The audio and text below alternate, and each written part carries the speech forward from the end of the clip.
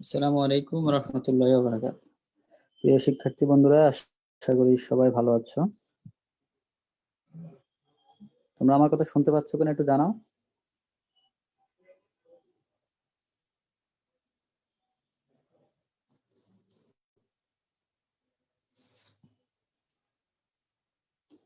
ঠিক আছে, ধন্যবাদ।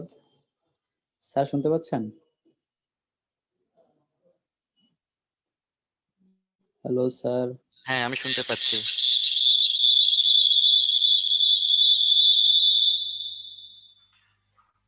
শুরু করে দেব।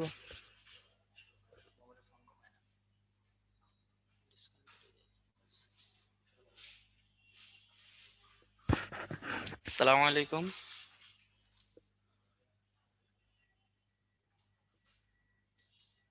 ভাইয়া একটু এদিকে আসুন তো।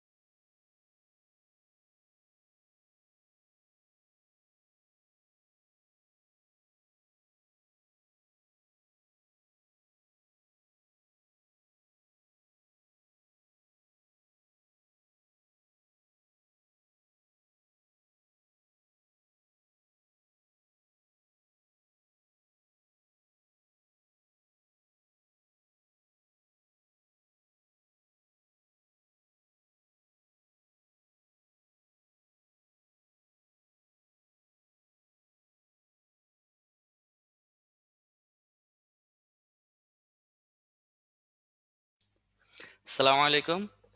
আমার কথা শোনা যাচ্ছে? একটু শোনা গেলে একটু আমাকে একটু হ্যাঁ বলেন আপনাদের চ্যাট লিস্টে। আচ্ছা, সবাই কেমন আছেন? আশা করছি ভালো আছেন। করোনার অনেক ছুটি যাচ্ছে আপনাদের, অসাধারণ দিনকাল যাচ্ছে। হ্যাঁ, আশা করছি আপনাদের দিনকালগুলো খুব ভালো যাচ্ছে। তো আজকে আমার ক্লাসে যারা আসছেন মানে আপনাদের অনেক সৌভাগ্য, ঠিক আছে? কারণ হচ্ছে যে আমি যেখানে যাই সেখান থেকে সবাই চান্স পায় ইনশাল্লাহ। তাহলে আপনাদের ধরেন চান্স হয়ে গেছে আজকের পরে, আর চান্স নিয়ে কোনো হতাশার কোনো কারণ নেই। আমি আলহামদুলিল্লাহ ভালো আছি। আপনাদের ধরেন আপনাদের ইনশাল্লাহ চান্স হবে। কারণ আমি সম্ভবত 17 সালের দিকে যখন গেছি ময়মনসিংহে, ওইখানে একজন ফার্স্ট হয়েছে, এর পরের বার আরেক জায়গায় গেলাম, ওইখানেও ফার্স্ট হয়েছে। তার মানে হচ্ছে যে আমি যেখানে যাই সেখানে একটা সৌভাগ্য আছে। তাহলে আজকে আপনাদের পার্টিসিপেন্ট আছে 1200। তাহলে বলা যায় যে ইনশাল্লাহ আপনারা সবাই চান্স পেয়ে গেছেন। নাম পরে যাই নেন, ঠিক আছে, কোনো সমস্যা নেই, নাম বলবো ইনশাল্লাহ। তাহলে খুশি তো আপনারা সবাই যে চান্স পেয়ে গেছেন। এখন মোটিভেশন এতটুকুই এনাফ যে ইনশাল্লাহ আপনাদের চান্স হয়ে গেছে। আর চান্স মানেই তো বুঝতে পারছেন যে সবাই আজকে ঘুমানোর সময় স্বপ্নে দেখবেন যে অ্যাপ্রন গায়ে দিয়ে গলায় একটা স্টেথোস্কোপ দিয়ে খুব সুন্দর করে ঘুরতেছেন। তো আমি যে চ্যাপ্টারটা পড়াবো আমি পরিচয়টা লাস্টে দিব, ঠিক আছে? হ্যাঁ, আপনারা মিষ্টি খেতে পারেন, কোনো সমস্যা নেই। মিষ্টি আমাকে বিকাশ করে দেন মিষ্টি। হ্যাঁ, মিষ্টি বিকাশ না করতে পারলে মিষ্টির বদলে টাকা বিকাশ করে দেন, ঠিক আছে? আমি বিকাশ নাম্বার পরে দিয়ে দিব, অথবা শেয়ার ইট করে দিয়েন। তাহলে এখন আমরা দেখি আপনাদের আমাকে আজকে যেটা সেটা হচ্ছে যে জেড 6। তো জেড 6 আপনাদের জন্য খুবই গুরুত্বপূর্ণ, স্পেশালি আমাদের এখন যে অবস্থা আছে। তো সে অবস্থা অনুসারে আমরা যদি চিন্তা করি, একজন বলছেন যে তিনি সোহরাওয়ার্দী মেডিকেলে পড়তে চান। সমস্যা নেই, আমি সোহরাওয়ার্দী থেকে আসছি, ইনশাল্লাহ দেখা হবে, চলে আসেন। তো জেড 6 হচ্ছে যে খুবই গুরুত্বপূর্ণ, সেজন্য আমাদের জেড 6 এর বিষয়গুলো একটু দেখতে হবে, কারণ জেড 6 থেকে বেশ কয়েকবার প্রশ্ন আসছে। আমরা যদি দেখি, আমরা যখন কোচিং করতাম তখন জেড 6টা ইউজুয়ালি ছিল না।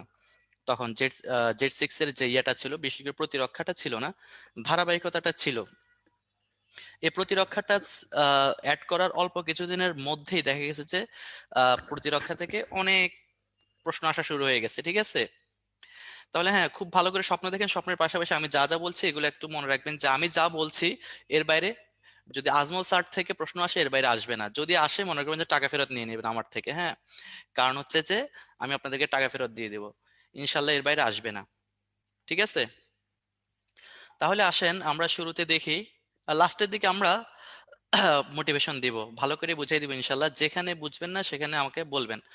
তাহলে আমরা যদি দেখি, আপনাদের অনেকের এখন করোনা হচ্ছে, অনেকের করোনা হয়নি। আমি একজন করোনা আক্রান্ত ছিলাম একেবারে শুরুর দিকে।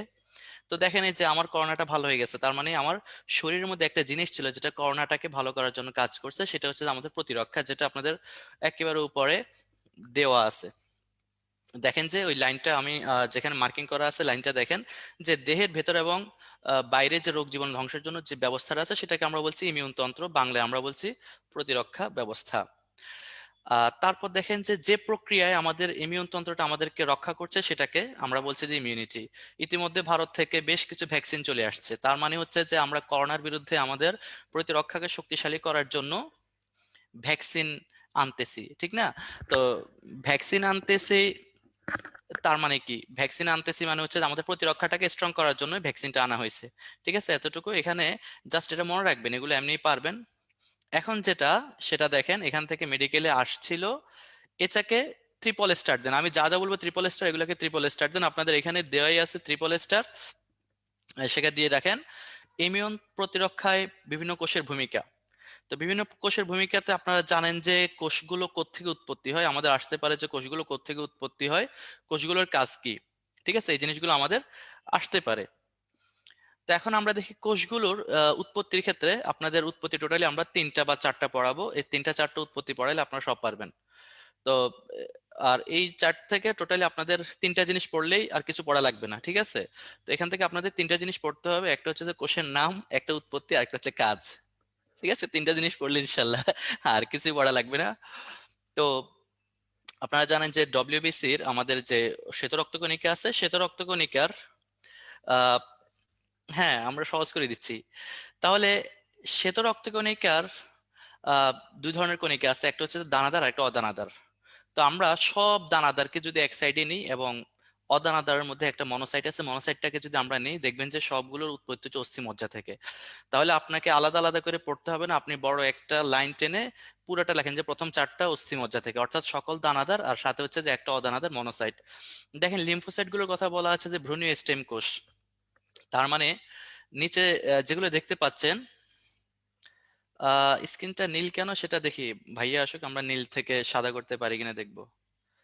তো এখন আসেন লিম্ফোসাইটের ক্ষেত্রে দেখেন ভ্রূণীয় স্টেম কোষ থেকে আসছে লিম্ফোসাইটটা, এটাকে ভালো করে দাগ দেন। লিম্ফোসাইটটা গুরুত্বপূর্ণ খুবই, এটাকে আপনাদের বইতে দেখেন যে টিক চিহ্ন দেওয়া আছে, লিম্ফোসাইটের এখানে আপনারা টিক লিখে রাখেন। তো লিম্ফোসাইটের নিচে দেখেন যে বি কোষ, সাইটোটক্সিক টি কোষ, হেল্পার টি কোষ, এনকে কোষ, এরা সবগুলো আসলে লিম্ফোসাইটের ছেলে মেয়ে বলতে পারেন। তো এরা যেহেতু লিম্ফোসাইটেরই বংশধর বা লিম্ফোসাইটেরই অংশ, সেজন্য এদের সবার উৎপত্তি ভ্রূণীয় স্টেম কোষ থেকে। এরপর আসেন প্লাজমা কোষ। প্লাজমা কোষের পাশে লিখে রাখেন পটল, অনেকে পটল খাইছেন। তো পটল লিখে রাখলে সুবিধা কি, পটল মানে হচ্ছে যে প্লিহা টনসিলোসিকা, ঠিক আছে? আপনাদের মনে হয় আগে লেখা হয়ে গেছে এই বিষয়টা, তাহলে এটা আপনারা এখন এখন মনে রাখবেন যে প্লাজমা কোষের এইটা পরীক্ষা আসার চান্স খুব বেশি, এজন্য এটাকেও দাগ দিয়ে রাখেন। সেটা কি, প্লাজমা কোষ অ্যান্টিবডি ক্ষরণ করে, বারবার করে মনে রাখেন প্লাজমা কোষ কি ক্ষরণ করে, অ্যান্টিবডি ক্ষরণ করে। এরপর দেখেন ম্যাক্রোফেজ এবং মাস্ট কোষ। যেহেতু ম্যাক্রোফেজ এবং মাস্ট কোষ পুরো বডিতে পাওয়া যায়, আহ আমরা একটু উপরে যদি দেখি মনোসাইট, মনোসাইটটা আসলে ম্যাক্রোফেজের পূর্বপুরুষ, অর্থাৎ ম্যাক্রোফেজটা শুরুতে মনোসাইট ছিল, পরবর্তীতে সে যখন টিস্যুতে চলে যায় সে ম্যাক্রোফেজ হয়ে যায়। একইভাবে বেসোফিলটা রক্তে থাকা অবস্থায় বেসোফিল, অনেক বিজ্ঞানী ধারণা বেসোফিলটা যখন টিস্যুতে যায় তখন মাস্ট কোষ হয়ে যায়। আবার অনেকের মতে মাস্ট কোষটা নিজ আলাদাভাবেই তৈরি হয়, ঠিক আছে? নাম আমরা লাস্টে বলবো। তাহলে ম্যাক্রোফেজ এবং মাস্টকোষ যেহেতু টিস্যুতে কাজ করতেছে, তার মানে আমরা বলতে পারি যে সব টিস্যুতে এটা পাওয়া যাবে। এর বাইরে যদি চিন্তা করেন যে সব অঙ্গই তো টিস্যু দিয়ে গঠিত, তাহলে ম্যাক্রোফেজ এবং মাস্টকোষ সমস্ত টিস্যু এবং অঙ্গতে পাওয়া যাবে। কাজের ক্ষেত্রে দেখেন লিউকোসাইট বা নিউট্রোফিল, নিউট্রোফিলের কাজটাকে ভালো করে মনে রাখেন ফ্যাগোসাইটোসিস। যদি এখানে আহ লিম্ফ মাস্ট কোষ হচ্ছে যে ম্যাক্রোফেজ বেসোফিলের মতো একটা কোষ, এটা এক ধরনের শ্বেত রক্তকণিকা। এটার কাজ হচ্ছে যে আপনারা যেটা দেখতে পাচ্ছেন যে হিস্টামিন ক্ষরণ করে, বেসোফিলের মতো সেম কাজ। এটা এক ধরনের শ্বেত রক্তকণিকা, ঠিক আছে? তো এখন এটার কাজে আসেন, দেখেন লিউকোসাইটের ক্ষেত্রে ফ্যাগোসাইটোসিসটা অবশ্যই আপনাকে মনে রাখতে হবে। বাকি জিনিসটা মনে রাখেন না রাখেন, ফ্যাগোসাইটোসিসটা ভালো করে মনে রাখবেন। বেসোফিলের ক্ষেত্রে দেখেন হিস্টামিন ও অন্যান্য রাসায়নিক পদার্থ ক্ষরণ করে। আপনাকে যদি আমরা বলি বেসোফিলের রক্তের অধ্যায়ে আরেকটা কাজ আপনারা পাইছেন, সেটা হচ্ছে যে বেসোফিল আরো একটা জিনিস ক্ষরণ করে। সবাই লিখেন দেখি যে আর কি ক্ষরণ করে বেসোফিল, সেটা আমাকে একটু জানান। ঠিক আছে, আমি একটু জেনে নিই দেখি আপনারা পারেন কিনা।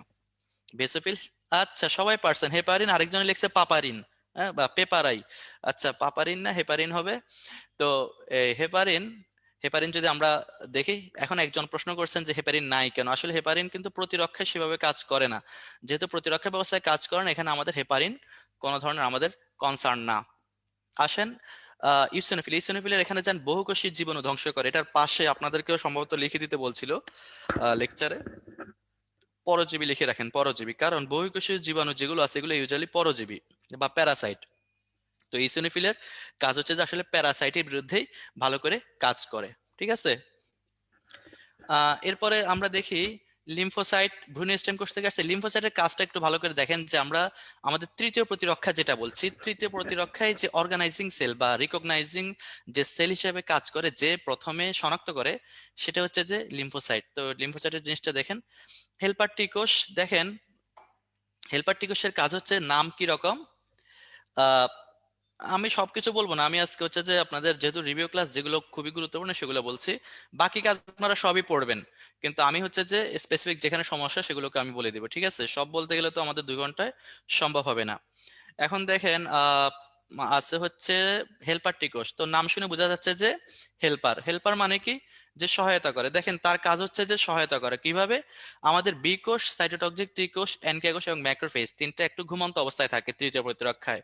আবার এনকে কোষ অবশ্যই তৃতীয় প্রতিরক্ষায় সেভাবে থাকবে না। তাহলে এদেরকে ঘুমন্ত অবস্থা থেকে জাগানোর কাজটা করবে কে? হেল্পার টি কোষ। কিভাবে করবে? সাইটোকাইন নামক একটা রাসায়নিক পদার্থ ক্ষরণ করবে। সাইটোকাইন নামক রাসায়নিক পদার্থ ক্ষরণ করার মাধ্যমে সে কি করবে? এদেরকে সক্রিয় করবে। যেহেতু এই সক্রিয় করতেছে, এটার মূল কাজটা হচ্ছে হেল্পার টি কোষ, এক ধরনের মেইন সুইচের মতো কাজ করে। পরজীবীর ক্ষেত্রে বলছি যে ইসিনোফিল। ইসিনোফিলের এখানে দেখেন বহুকোষী অণুজীব ধ্বংস করে বা জীবাণু ধ্বংস করে। এটার পাশে লিখে রাখেন যে পরজীবী। অর্থাৎ ইসিনোফিল বহুকোষী অণুজীব হিসেবে যেটাকে ধ্বংস করে সেটা হচ্ছে যে বেশিরভাগ ক্ষেত্রে পরজীবী, কৃমি ট্রিমি যা আছে এগুলো আর কি।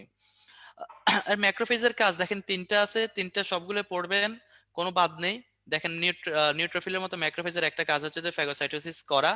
এর বাইরে হচ্ছে যে আরেকটা কাজ দেখেন, সেটা হচ্ছে বহিঃকোষীয় রাসায়নিক পদার্থের মাধ্যমে বহিঃকোষীয় মারণের কাজ করে। এছাড়া আরেকটা কাজ হচ্ছে সে অ্যান্টিজেন উপস্থাপন করে। আমরা একটু পরে বুঝাই দিব অ্যান্টিজেন উপস্থাপনটা কি।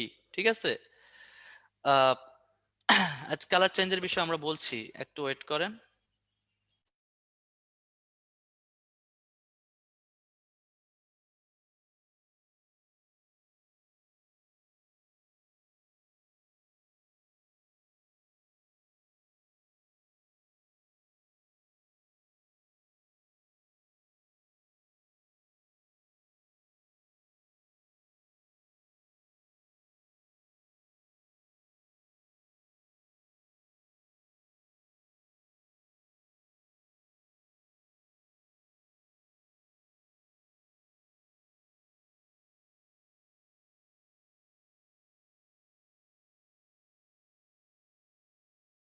আচ্ছা, এখন কি স্ক্রিন দেখা যাচ্ছে ভালোভাবে? আচ্ছা, এখন আসেন আমরা আপনাদেরকে বলছি। আহ একজন বলছেন সম্ভবত কিসের একটা প্রশ্ন করছিলেন, আমার তো মনে নেই। আচ্ছা, পরে আপনি প্রশ্ন করেন, আমরা দেখাই দিব। তাহলে ম্যাক্রোফেজের একটা কাজ অ্যান্টিজেন উপস্থাপন করে, সেটা আমরা দেখব। বেসোফিলের একটা কাজ দেখেন, হিস্টামিন ক্ষরণ করা ও বা অন্যান্য রাসায়নিক পদার্থ ক্ষরণ করা। আপনাদের অনেকের অ্যালার্জি হয়েছে জীবনে, ঠিক আছে? শীতকাল আসলে দেখা যায় যে অ্যালার্জি হয়। এই যে অ্যালার্জির কন্ডিশনটা হচ্ছে, এটা হচ্ছে হিস্টামিনের কারণে। এটার বদলে আমরা একটা ওষুধ খাই, বাজারে হিস্টাসিন নামে পাওয়া যায়। এই হিস্টাসিনটা হিস্টামিনটাকে একটু প্রতিহত করে এবং আমাদের সর্দি টর্দি থেকে বাঁচতে পারি। তো অ্যালার্জিক যে কন্ডিশনটা আছে, এটাও এক ধরনের প্রদাহ। এই অ্যালার্জিক প্রদাহ বলেন এবং হচ্ছে অন্যান্য যে কোনো প্রদাহ বলেন, এই প্রদাহগুলো তৈরি করার জন্য হিস্টামিনের একটা বড় কাজ আছে। তো প্রদাহ জিনিসটা কি, আমরা সেই প্রদাহটা নিয়ে আমরা বলবো পরে। প্রদাহ জিনিসটা কি আমরা পরের পেজে যাই। এখানে কারো প্রশ্ন থাকলে আমাকে একটু বলেন।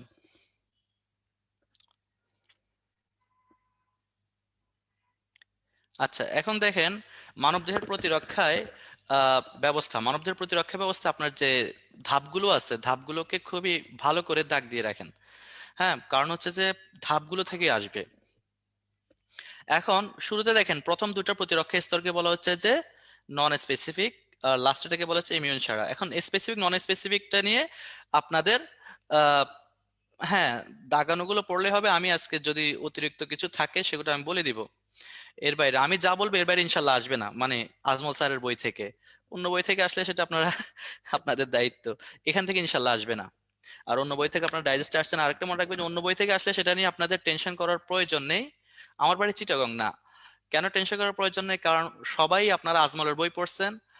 কেউ যদি আজমলের বাইরে থেকে যদি প্রশ্ন করে কোনো স্যারে, আলিম স্যারের বই থেকে, তাহলে মনে করবেন যে আপনি একা না, সবাই পারবে না। তো ওইটা নিয়ে টেনশন করার দরকার নেই। তাহলে ধরুন আপনাকে আমি আমি টিকা দিলাম হেপাটাইটিস বি ভ্যাকসিনের বা করোনা ভ্যাকসিনের, ঠিক আছে? করোনার একটা টিকা দিলাম। তো করোনার টিকা দেওয়ার পরে আপনাকে যদি আমি বলি যে আপনার করোনার টিকা দিছি, আপনার জীবনে হেপাটাইটিস হবে না, এটা কি সত্য? একটু কমেন্ট করে জানান যে আপনাকে হেপাটাইটিস বি এর টিকা, করোনার টিকা দিচ্ছি, আপনার হেপাটাইটিস বি হবে না। তার মানে হচ্ছে দেখেন, ভ্যাকসিন আপনি যার বিরুদ্ধে অ্যাপ্লাই করছেন তার বিরুদ্ধে কাজ করবে। আবার আপনার স্কিন দেখেন, আপনার স্কিনের উপর যদি একটা করোনা ভাইরাস আনা হয়, একটা হেপাটাইটিস বি ভাইরাস আনা হয়, বা আহ, যদি আমরা বলি টাইফয়েডের ব্যাকটেরিয়া আনা হয়, আপনার স্কিন কি তাদেরকে ঢুকতে দিবে? একটু কমেন্টে জানান। তাহলে আপনার স্কিন তাদেরকে ঢুকতে দিবে না। তার মানে হচ্ছে দেখেন, প্রথমে ভ্যাকসিন যখন নিছেন, ভ্যাকসিনটা হচ্ছে যে শুধু আপনি যার বিরুদ্ধে দিয়েছেন তার বিরুদ্ধে কাজ করতেছে, এটা হচ্ছে স্পেসিফিক। ঠিক আছে? আপনার করোনার ভ্যাকসিন নিচ্ছেন মানে করোনার বিরুদ্ধে কাজ করবে, এটা হচ্ছে তৃতীয় প্রতিরক্ষার কাজ, যে স্পেসিফিক্যালি কাজ করবে। আর দেখেন আপনার স্কিন তারপর মুখের লালা, এরা কিন্তু সবার বিরুদ্ধে একটা প্রোটেকশন নেয়, নন স্পেসিফিক্যালি। ঠিক আছে? এই জন্য এটাকে নন স্পেসিফিক বলে। তাহলে জিনিসটা বুঝছেন তো, স্পেসিফিক নন স্পেসিফিক? ক্লিয়ার হলে আমাকে একটু বলেন, হ্যাঁ। আচ্ছা, স্পেসিফিক নন স্পেসিফিক, তাহলে এখানে ব্রেকেটের মধ্যে আরো কিছু কথা বলা আছে। প্রথম প্রতিরক্ষা স্তর হচ্ছে গাঠনিকভাবে বাহ্যিক তলীয় প্রতিবন্ধক থাকে। আর দ্বিতীয় প্রতিরক্ষা স্তরে দেখেন কোষ এবং রাসায়নিক প্রতিরক্ষা। আমরা যদি দেখি নিচে, আমরা এগুলা পাবো। ধরেন আপনি পরীক্ষার হলে গেলেন, ঠিক আছে? পরীক্ষার হলে যাওয়ার পরে আপনাকে বলা হলো আহ আহ, পরীক্ষার হলে আসছে যে প্রথম প্রতিরক্ষা স্তর ধাপ 9 কয়টি, আপনি নয় কোনটি আপনি তো ভুলে গেছেন। পড়াশোনা করছেন, বা আমরা অনেক মোটিভেশন দেওয়ার পরে যাইয়া পড়তে পড়তে দেখলেন যে পড়াই হয়নি। হ্যাঁ, আরো মোটিভেশন নিতে গেছেন। হ্যাঁ, এই যে সোলাইমান সুগন থেকে মোটিভেশন নিতে গেছেন, আইমান সাদিক থেকে মোটিভেশন নিতে নিতে আপনার রাত পড়ে গেছে। তো রাত দিন মোটিভেশন নিতে নিতে আপনার শেষ হয়ে গেছে। এখন আপনার পরীক্ষার হলে গেছেন, আসলো যে প্রথম প্রতিরক্ষা স্তর ধাপ 9 কোনটি, আপনি তো ভুলে গেছেন। কি করবেন তখন? আপনি আপনার পাশের জনের দিকে তাকাবেন। আপনার পাশের জনের দিকে তাকাইলে তো স্যারে ধরবে, তাহলে স্যারের চেহারার দিকে তাকাবেন। স্যারের চেহারায় যা পাবেন সেটা প্রথম প্রতিরক্ষা স্তর। দেখেন স্যারের চেহারার মধ্যে ত্বক আছে, ঠিক আছে? তাহলে ত্বকের দেখেন 4টা পয়েন্ট আছে, সে 4টা পয়েন্ট পড়তে হবে। অর্থাৎ প্রথম প্রতিরক্ষা স্তর ধাপ এখানে 3 স্টার দেন, ঠিক আছে? ভেতরে 4টা পয়েন্টে পড়বেন শুধু। দেখেন স্যারের চেহারার মধ্যে লোম আছে, লোম কোথায় আছে? তার নাকের ভেতর আছে। তাহলে তার নাকের ভিতর লোম আছে। এখন এই লোমটা কি করে দেখেন, এই যে ধুলাবালি ময়লা আটকে রাখে, এটা ধুলাবালি নিচে একটা দাগ দেন। এখানে ধুলাবালি নিচে জিনিসটা একটু আসতে পারে। সিলিয়া, সিলিয়া, দেখেন নাকের ভেতর থেকে একটু ভেতরে যান, তাহলে কি পাবেন? সিলিয়া পাবেন। ঠিক আছে? তো সিলিয়া পাবেন। তো আমরা যদি দেখি সিলিয়া,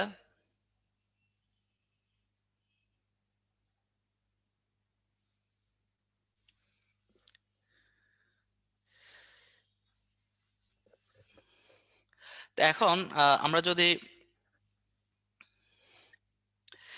স্যারের নাকের ভিতর দেখার দরকার নেই, আপনি আপনার নিজের নাকের ভিতর কল্পনা করেন যে আপনার নাকের ভিতর লোম আছে। এখন একইভাবে সিলিয়ার কথা চিন্তা করেন, নাকের একটু ভেতরে গেলেই সিলিয়া আছে। সেটা দেখেন, একটু ভালো করে মনে রাখেন, সিলিয়া সবসময় একটা বহির্মুখী আন্দোলন করে, মানে একটা ময়লা আবর্জনা ভেতরে ঢুকলে বাইরে নিয়ে যায়। এরপর হচ্ছে যে আপনাদের খুবই প্রিয় জিনিস অশ্রু এবং লালা। আমি যদি এখন আপনাদেরকে দামি দামি খাবারের কথা বলি, যে মেয়েদের জন্য যদি বলি যে ফুচকার কথা অথবা পিৎজার কথা, আবার ছেলেদের জন্য যদি বলি যে কাচ্চি বা ইত্যাদি ইত্যাদি কথা, আপনাদের একেবারে এখন লালাকরণ হয়ে গেছে, হিউজ পরিমাণে লালাকরণ হয়েছে। হ্যাঁ, খুব লালাকরণ হয়েছে না, লালাগুলা গিলে ফেলেন। আমি লালাগুলা কেন ক্ষরণ করছি জানেন? কারণ হচ্ছে যেন আপনারা ব্রাশ করছেন যে অনেকক্ষণ হয়ে গেছে। তো লালার মধ্যে দেখেন লাইসোজাইম আছে, লাইসোজাইমটা আপনার দাঁতের যে ওখানে ব্যাকটেরিয়া গুলো সেগুলোকে মারবে। হ্যাঁ, তাহলে আপনার লালা দিয়ে খুব দারুণ কাজ হলো। আর অশ্রু, অশ্রু তো আপনাদের যখন তখন বাবা মা কিছু বললে কান্নাকাটি করে দেন, তাহলে অশ্রু উপকারী, অশ্রুর মধ্যেও লাইসোজাইম আছে। তাহলে দাঁতের কাজ হলো। এখন দেখেন সেরুমেন, আপনাদের খুবই প্রিয় জিনিস। সেরুমেন, সেরুমেনের মতো প্রিয় জিনিস আর কারো নাই। কাউকে যদি একটা কটন বাড দেয়া হয় আর বলা হচ্ছে কানের মধ্যে ঢুকাও, সে কানের মধ্যে ঢুকানোর পরে এমন ঘষা দিবে, এমন সময় ভূমিকম্প আসলেও সে বলতে পারবে না যে ভূমিকম্প আসছে। তার কাছে ভূমিকম্প আসলে সে মনে হবে যে ফ্যান্টাসি কিংডমের কোন একটা ইয়ের মধ্যে আছে। হ্যাঁ, এই যে কি বলে রোলার কোস্টারে আছে, খুব আরাম লাগতেছে। হ্যাঁ, কারণ হচ্ছে যে তার কান খোঁচানোতে এত ভালো লাগে সবার, ঠিক না? তো কান খোঁচানোর পরে সে আরো বের করে দেখে যে কান খোঁচানোর পরে কটন বাটটার কালার কেমন হয়েছে, দেখে যে একটু হলদে বর্ণ হয়ে গেছে। যে কালারটার কারণ যেটার জন্য হলদে বর্ণ হয়ে গেছে এটার নামই হচ্ছে খৈল। তাহলে খৈলটা দাগান, এটা হচ্ছে যে মোমের মতো। যাদের বাড়ি আপনাদের ইউনাইটেড স্টেটস অফ নোয়াখালী, ওইখানে দেখেন যে গরুকে একটা খাদ্য দেয় খল্লি, ওইটা আর এটা কিন্তু আলাদা। তাহলে আপনারা এটা ট্রিপল স্টার দেন যে আপনাদের প্রতিরক্ষা স্তরের ধাপগুলো আর যে যা যা দাগাইছে দাগানোগুলো, এর বাইরে আমার আর দরকার নেই। এখন আসেন পৌষ্টিক নালীর অ্যাসিডের, এখানে পৌষ্টিক নালীর অ্যাসিডের ভেতরে কি আছে? হাইড্রোক্লোরিক অ্যাসিড আছে, প্রোটিলেক্ট এনজাইম আছে, ওই দুটো পয়েন্টই লাগবে। রেচন এবং জনতন্ত্রে যে ব্যাকটেরিয়া থাকে সেটাকে ল্যাকটিক অ্যাসিড ক্ষরণ করে। পিএইচটা আপনাদেরকে সম্ভবত লিখেই দিচ্ছে, সেটা 2.5, বারবার করে মনে রাখেন, 2.5। ঠিক আছে, এগুলো ভুলবেন না। তাহলে এখান থেকে যদি কোশ্চেন আসে, সবার আগে আসবে হচ্ছে যে প্রথম প্রতিরক্ষা স্তর ধাপ 9 কোনটি, এভাবে আসতে পারে। আর এর পরে যদি কোশ্চেন আসে সেটা কিভাবে আসতে পারে, নাক কিভাবে আপনাকে সেভ করতেছে নাকের লোমের মাধ্যমে, বা আহ, সিলিয়া কিভাবে সেভ, সিলিয়ার আন্দোলনটা কিরকম বহির্মুখী, এভাবে আসতে পারে। ঠিক আছে, এর বাইরে এখানে আর তেমন। এখন দ্বিতীয় প্রতিরক্ষা, তাহলে প্রথম প্রতিরক্ষা স্তরের আপনারা যদি বইতে দেখেন যে বলা হয়েছে গাঠনিকভাবে বাহ্যিক তলীয় এবং রাসায়নিক। দেখেন আমরা এতক্ষণ ধরে যা যা পাইছি, মাস্ট কোষ কি হেপারিন ক্ষরণ করে? মাস্ট কোষ না, মাস্ট কোষের কাজ হেপারিন ক্ষরণ না, হেপারিন ক্ষরণ করবে বেসোফিল। ঠিক আছে, আচ্ছা। এখন দ্বিতীয় প্রতিরক্ষা স্তরে আসেন, তাহলে দ্বিতীয় প্রতিরক্ষা স্তর আমরা জানি নন স্পেসিফিক। তাহলে দেখেন দ্বিতীয় প্রতিরক্ষা স্তরের ধাপ কয়টি? হ্যাঁ, ল্যাকটিক অ্যাসিডের কারণে রেচন এবং যোনিতে যে পিএইচটা থাকে সেটা হচ্ছে যে 2.5, ওইটাই বলছি। হ্যাঁ, প্রশ্ন প্রশ্ন আউট, প্রশ্ন তো আউট করে দিচ্ছে, যে যা বলছে এগুলোর বাইরে আসবে না। এখন আসেন ফ্যাগোসাইট, দুটো ফ্যাগোসাইট আছে, আমরা জানি নিউট্রোফিল ম্যাক্রোফেজ। এখন দেখেন ফ্যাগোসাইটের এখানে আপনাদের কাজটা একটু দাগান, এটা একটু দাগাতে হবে। সেটা দেখেন ক এর লাস্টের দিকে দেখেন যে ফ্যাগোসাইট কি করে, এখানে ম্যাক্রোফেজটার কাজ দেখেন। ম্যাক্রোফেজ পুরনো রক্তকণিকা, মৃত টিস্যুখণ্ড এবং কোষীয় ময়লা গ্রাস করে ধাঙ্গ হিসেবে কাজ করে। লাস্টের লাইনটা দাগাইছেন? ধাঙ্গর মানে হচ্ছে যে ঝাড়ুদার, বুঝছেন? ঝাড়ুদার যেরকম ঘর বাড়ি পরিষ্কার রাখে, একইভাবে এরাও একই কাজটা করে। প্রোটিওলাইটিক এনজাইম মানে হচ্ছে যে যেটা প্রোটিনকে হজম করবে। ক্লিয়ার? তাহলে প্রোটিওলাইটিক মানে যেটা প্রোটিনকে ভাঙবে, লাইটিক মানে ভাঙা। আমরা যদি বলি অ্যামাইলোলাইটিক, যদি বলি মনে করবেন যে কার্বোহাইড্রেটকে ভাঙবে। যদি লাইপোলাইটিক বলি মানে লিপিডকে ভাঙবে। লিপিড মানে তো বুঝছেন চর্বি। আর আমরা যদি বলি প্রোটিওলাইটিক তাহলে প্রোটিনকে ভাঙবে। ইউজুয়ালি অণুজীবগুলোর মেমব্রেন বা অণুজীবগুলোর ভেতরের কোষের মধ্যে প্রোটিন থাকে, সেই প্রোটিনটাকে নষ্ট করার জন্যই। এখন আসেন সহজাত মারণ কোষ, যা যা পয়েন্ট দাগানো আছে এগুলাই পড়বেন, মনে রাখবেন। সহজাত মারণ কোষ, ধাঙ্গর মানে হচ্ছে যে আপনার ঝাড়ুদার।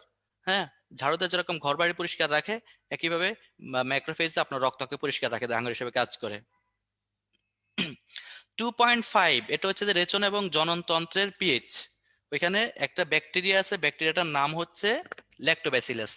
ওই ল্যাক্টোব্যাসিলাস ব্যাকটেরিয়াটা ল্যাকটিক অ্যাসিড ক্ষরণ করবে, স্পেশাল মেয়েদের রেচন এবং জননতন্ত্র। ওইখানে ওইখানে যখন ল্যাকটিক অ্যাসিডটা ক্ষরণ করবে ওইখানে পিএইচটা কমে যাবে, সেই পিএইচটা হবে 2.5। ক্লিয়ার? অবশ্যই আপনাদের এখানে মনে রাখতে হবে যে সবার আগে ধাপ লাগবে, সবার আগে ধাপ লাগবে। ধাপ বাদে অন্য কিছু ক্লিয়ার করা যাবে না। ধাপ দেওয়ার পরে আমরা অন্যগুলোতে যাব। সবার আগে আপনাকে যদি আমি বলি যে আপনি আপনার বাড়ি কোথায়, আপনি সবার আগে কি আপনার গ্রাম বলবেন? না, আপনি সবার আগে আপনার জেলা বলতে হবে। তো এখানে একই হিসাব, সবার আগে ধাপটা দেখতে হবে।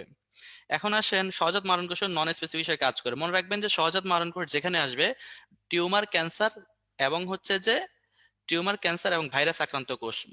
যেখানেই আসুক, মনে করুন যে তিনটা জিনিস: টিউমার, ক্যান্সার, ভাইরাস আক্রান্ত কোষ।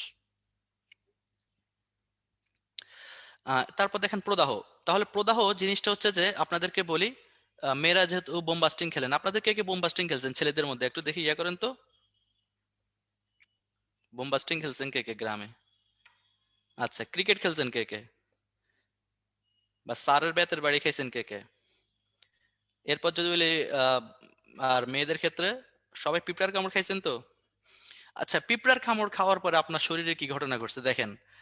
আপনি যখন পিঁপড়ার কামড় খেলেন, খাওয়ার সাথে সাথে ওইখানে পিঁপড়ার বিষটা গেল। অথবা আপনি যখন আপনার বোম বাস্টিং এর বলটা আপনার ফ্রেন্ড আপনার গায়ে মারলো, ওইখানকার কোষটা ড্যামেজ হলো, তো ওইখান থেকে কিছু রাসায়নিক পদার্থ ক্ষরণ হলো। রাসায়নিক পদার্থ ক্ষরণ হওয়ার সাথে সাথে ওইখানকার কোষগুলো অ্যাক্টিভ হয়ে গেল, এবং বেসোফিল থেকে, বেসোফিল এবং মাস্ট কোষ থেকে হেপারিন, সরি, এটা কি বলে, হিস্টামিন ক্ষরণ করলো। হিস্টামিন কি করে? রক্তকণিকার ভেদ্যতা বাড়াই দেয়, সরি, রক্তনালিকার ভেদ্যতা বাড়াই দিলে যে জায়গা ড্যামেজ হয়েছে, যে জায়গা ক্ষতিগ্রস্ত হয়েছে, ওইখানে রক্ত যাওয়া শুরু করবে। রক্ত যাওয়ার সাথে সাথে কি যাবে? রক্তের কোষগুলো যাবে, পুষ্টি পদার্থগুলো যাবে, অক্সিজেন যাবে। গেলে কি হবে দেখেন, আপনার ওই জায়গাটা কি হয়ে যায়, একটা বল পড়ার পরে অথবা পিঁপড়া কামড় দেওয়ার পর ক্ষতস্থানটি লাল হয়ে যায়, গরম হয়ে যায়, দেখবেন ফুলেও যায় এবং ব্যথা লাগে। তাহলে এই যে যে ঘটনাটা ঘটতেছে আপনার, এটা একটা প্রতিরক্ষা মেকানিজম, এটা হচ্ছে প্রদাহ। ক্লিয়ার? প্রদাহটা বুঝছেন তো সবাই? প্রদাহ যদি ভুলে যান, প্রদাহের কোনটা কোনটা প্রদাহের ধাপ না, তখন কি করবেন? বোমবাস্টিং এর কথা মনে করবেন, নাহলে পিঁপড়ার কামড়ের কথা মনে করবেন। ঠিক আছে। এখন দেখেন, আহ, প্রদাহের এখানে দ্বিতীয় প্যারার তৃতীয় নাম্বার লাইনটা একটু দাগালে মনে হয় ভালো হয়। সেটা হচ্ছে যে, যেমন রক্ত জমাটের ফ্যাক্টর, অক্সিজেন, পুষ্টি পদার্থ ইত্যাদি, এগুলা যায়, কি কি জিনিস যায় সেটা একটু আসতে পারে।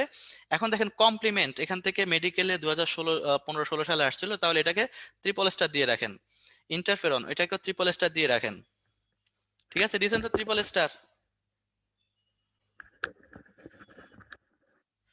তাহলে ট্রিপল স্টার দিয়ে রাখেন। তাহলে কমপ্লিমেন্ট দেখেন, কমপ্লিমেন্টে আসতে পারে। কমপ্লিমেন্টে যদি আসে, সবার আগে কমপ্লিমেন্টে কয় ধরনের প্লাজমা প্রোটিন আছে। ঠিক আছে, তাহলে প্লাজমা প্রোটিনেরটাই সবার আগে দাগান। তারপরে যে হচ্ছে স্বাভাবিক অবস্থায় প্রোটিন কি থাকে নিষ্ক্রিয়ভাবে, আর এখানে স্পেসিফিক নন স্পেসিফিক দুটো থাকে। আসেন, এরপরে আমাদের এখানে আর দরকার নেই। আর ওর কাজগুলো একটু দেখবেন, এগুলো ডাইজেস্টে খুব ভালো করে আছে, ডাইজেস্ট থেকে দেখবেন। এর বাইরে এখানে দেখেন যে সে কয়েকটা কাজ করে। এনকে কোষের দক্ষতা করবে, নিউট্রোফিল ম্যাক্রোফেজকে দ্রুত ক্ষতস্থানে নিয়ে যাবে, এগুলো একটু দাগাই রাখতে পারেন নিচের দিকে। মোস্ট ইম্পর্টেন্ট গুলো হচ্ছে যেগুলো আমরা দাগাই দিচ্ছি এখানে। আর এর বাইরে বাকিগুলো চাইলে হয়তো স্যাররা চাইলে আসতেও পারে। রক্তনালিকার প্রসারণ ঘটে। এরপর দেখেন ইন্টারফেরন, ইন্টারফেরনটাকে ট্রিপল স্টার দেন। ঠিক আছে, ইন্টারফেরনের ট্রিপল স্টার দেন। তো ইন্টারফেরন জিনিসটা কি? এটা একটা গ্লাইকোপ্রোটিন। বারবার করে মনে রাখেন, আসতে পারে ইন্টারফেরন কি ধরনের প্রোটিন? গ্লাইকোপ্রোটিন। আর ইন্টারফেরনের কাজটা কি? Non specific. দেখেন আর কি করে, একটা সুরক্ষা, একেবারে লাস্ট লাইন দেখেন, একটা সুরক্ষার প্রাচীর গড়ে তুলবে। জ্বর, আপনার প্রতিরক্ষা ব্যবস্থা অনেক কিছু করার পরে আপনার প্রতিরক্ষা হলো না, তো লাস্টে কি হবে? জ্বর আসবে। জ্বর আসা মানে কি? আপনি ধরে নেবেন যে আপনার দ্বিতীয় প্রতিরক্ষা ফেইল্ড। গ্লাইকোপ্রোটিন হচ্ছে যে এক ধরনের প্রোটিন, যেটার সাথে গ্লাইকো মানে কি? যে প্রোটিনের সাথে কার্বোহাইড্রেট থাকবে, ওই ধরনের প্রোটিনগুলোকে আমরা গ্লাইকোপ্রোটিন বলি। লাইপোপ্রোটিন মানে কি? লিপিডের সাথে যে প্রোটিন থাকে, লিপোপ্রোটিন। কথা বোঝা গেছে? আমার বাড়ি নোয়াখালী না চিটাগাং, না বগুড়া, সব তো বানাই দিয়েছেন। দেখি আর কয়টা জেলা আসে, বরিশাল এখনো আসে নাই। হ্যাঁ, বরিশাল পর্যন্ত আসুক, তারপর আমি বলবো আমার বাড়ি কই। জ্বরের দেখেন, তাহলে যদি জ্বর আসে বুঝে নেবেন যে দ্বিতীয় প্রতিরক্ষা স্তরের কাহিনী প্রায় শেষের দিকে। তার মানে হচ্ছে যে দ্বিতীয় প্রতিরক্ষা স্তরের শেষ অস্ত্র দাগান, আর নর্মাল টেম্পারেচারটা দাগান।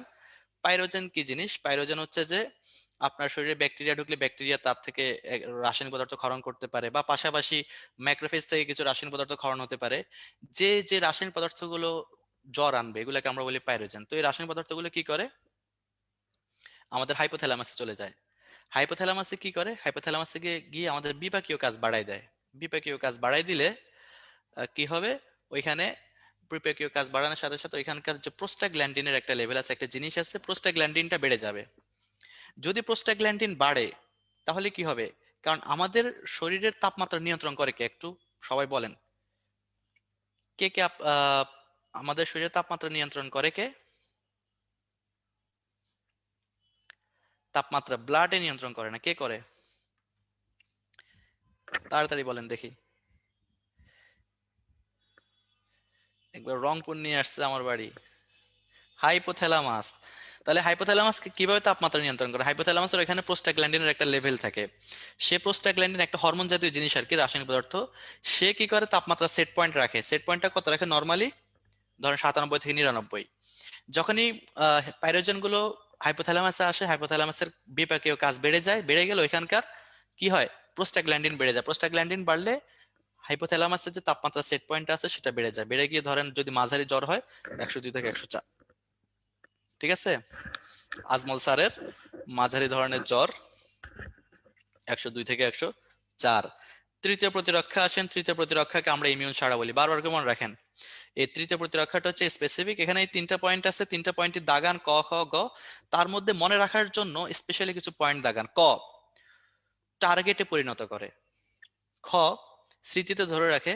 গ, সমগ্র দেহে কার্যক্রম করে। ঠিক আছে, সমগ্র দেহে এটাকে কার্যকর করে। ধরুন আপনাদের বাড়িতে একটা চোর আসছে, আপনাদের দারোয়ান প্রথম দিন তাকে দেখার পরে সে পালাই গেছে, তাহলে আপনাদের দারোয়ান তাকে টার্গেটে পরিণত করছে। নেক্সট দিন যদি সে আসে, তাকে স্মৃতিতে ধরে রাখার কারণে তাকে সাথে সাথে পিটানি দিবে। অর্থাৎ এটা হচ্ছে তৃতীয় প্রতিরক্ষা, এটা আমরা পরের দিকে দেখাবো। এখন আসেন দেহের প্রতিরক্ষায় ত্বকের ভূমিকা। আপনারা একটু আমাকে জানান ত্বকের বাংলা কি? দ্রুত, ত্বকের বাংলা কি? ত্বকের বাংলা জানেন না? অনেকে স্কিন লেখছে। যারা স্কিন লেখছেন তাদের মেডিকেলে চান্স হয়ে গেছে। যারা ত্বক লিখছেন তাদেরও চান্স হয়ে গেছে। যারা চামড়া লিখছেন তাদের ঢাকায় চান্স হয়েছে। ঠিক আছে, ইনশাল্লাহ সবার চান্স হয়ে গেছে। আরেকজন লিখছে চামড়া। যাই হোক, চামড়া যে লিখছেন তার বাড়িকে এটা বের করেন সবাই মিলে। এখন দেখেন, ত্বক কিন্তু নন স্পেসিফিক হিসেবে কাজ করে। আর ত্বকের বাইরের স্তরটাকে আমরা কি বলতেছি? এপিডার্মিস। এখন এপিডার্মিসের আবার 5টা লেয়ার থাকে। 5টা লেয়ারের মধ্যে আপনাদের এখানে মাত্র একটা লেয়ারের কথা বলা হচ্ছে, সেটা হচ্ছে স্ট্র্যাটাম কর্নিয়াম। যে লাইনগুলো আছে এই লাইনগুলোই পড়বেন। এটা একটা ভৌত প্রতিবন্ধক হিসেবে কাজ করে। ত্বকের মধ্যে ঘাম এবং শ্বেত গ্রন্থি থাকে। এই ঘাম এবং শ্বেত গ্রন্থি একটা কিছু রাসায়নিক পদার্থ ক্ষরণ করে, যেটার কারণে পিএইচটা কমে যায়। সেই পিএইচটা কত? সেই পিএইচটা সবাই দাগান তাহলে। 3.0 থেকে 5.0। আর এছাড়া দেখেন ত্বকের থেকে একটা অ্যান্টিবায়োটিক বের হয়ে আসে, অ্যান্টিবায়োটিকটার নাম হচ্ছে ডার্মিসাইডিন। এর জন্য ত্বককে আত্মরোগ রোগ জীবাণুনাশক অঙ্গ বলে। আসেন এরপরে মানুষের গাত্র দেহে ক্যান্ডিডার কথা বলা আছে, লাস্ট লাইনটা দাগান ক্যান্ডিডা।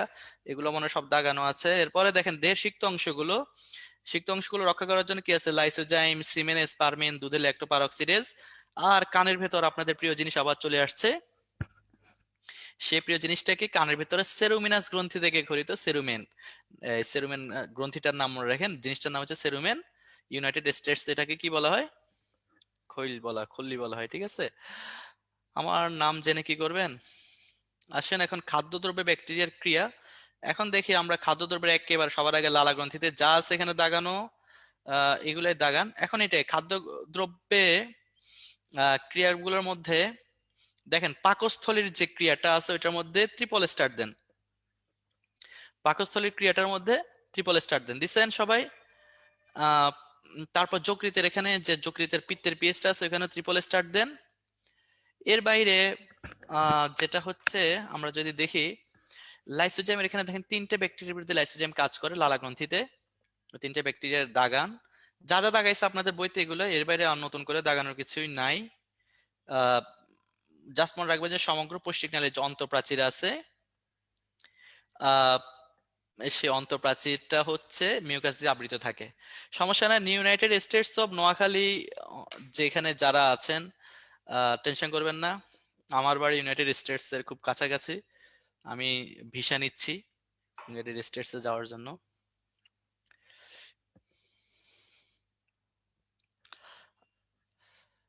আচ্ছা, এখন আমরা দেখি ব্যাকটেরিয়া ধ্বংসে ম্যাক্রোফেজ এবং নিউট্রোফিলের ভূমিকা। আপনাদের এখানে যা যা দাগানো আছে সেগুলোই পড়বেন। এটা বৃক্কাকার, 4% থাকে। মনোসাইটটা যখন 10 থেকে 20 ঘন্টা রক্তে থাকার পরে আস্তের উপরে 5 গুণ বড় হয়ে 60 থেকে 80 মাইক্রোমিটার হয়ে কোথায় চলে যাবে? টিস্যুতে। তখন এটাকে, এখন মনে রাখবেন যে আপনাদের টিস্যুতে বিভিন্ন জায়গায় বিভিন্ন নাম আছে। যেমন আমি আপনাদেরকে যদি বলি লিভারের বা যকৃতের ম্যাক্রোফেজটাকে কি বলে? সবাই একটু লিখেন তো দেখি, যকৃতের ম্যাক্রোফেজটাকে কি বলে? যকৃতের কাপ্পার কোষ, একইভাবে স্কিনেরটাকে ল্যাঙ্গারহ্যান্স কোষ বলে, কিডনিটাকে মেসেনজিয়াল কোষ বলে। তাহলে এগুলো কোথায় পাবেন? ডাইজেস্টে পাবেন, এছাড়া আলিম স্যারের বইতে আছে। তো আপনাদের মনে রাখতে হবে যে এগুলো আপনাদেরকে মনে রাখতে হবে, এগুলো যেন মিস না যায়।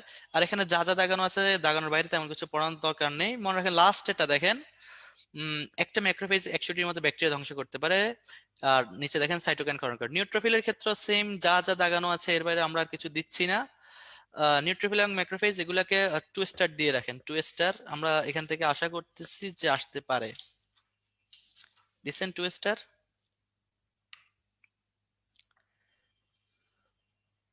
দিচ্ছেন সবাই? এখন যদি আমরা দেখি, আহ, আচ্ছা পাকস্থলীর ওখানে 3 স্টার দিচ্ছেন তো পাকস্থলীর। বলেন তো হাইড্রোক্লোরিক অ্যাসিড কোত্থেকে আসে, কোন কোষ থেকে আসে, কোষটা একটু বলেন সবাই। এগুলো মনে রাখতে হবে, এগুলো মেডিকেলে আসছে। তারপরে যে হচ্ছে যে প্যারাইটাল কোষ। আচ্ছা বলেন তো পেপসিন, পেপসিনোজেন কোত্থেকে আসে, কোন কোষ থেকে আসে, দেখি পারেন কিনা। আচ্ছা তাহলে দিলেন। এখন হচ্ছে যে আসেন আমরা একটু ধাপের মধ্যে আসি। ধাপটা কি বোঝানোর দরকার আছে? আপনারা বোঝানোর দরকার থাকলে একটু আমাকে বলেন, দেখি চিত্র আছে, চিত্র থেকে আমরা বুঝাই দিতে পারবো আশা করা যায়। যেহেতু লিখতে পারবো না, বুঝাই দিতে হবে ধাপটা।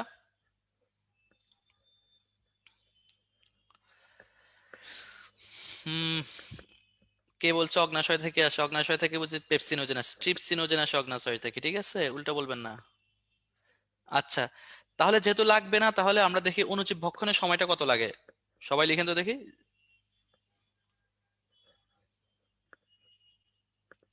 আরে পাকস্থলী থেকে তো ইয়ে আসে, সে কোষটার নাম কি?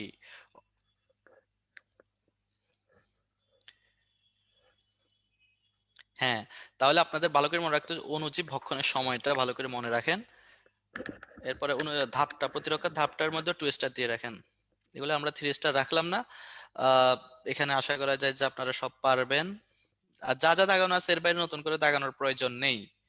আমি মনে করছি না নতুন করে দাগানোর প্রয়োজন। আসেন প্রতিরক্ষার সহজাত এবং অর্জিত প্রতিরক্ষা জিনিসটা কি।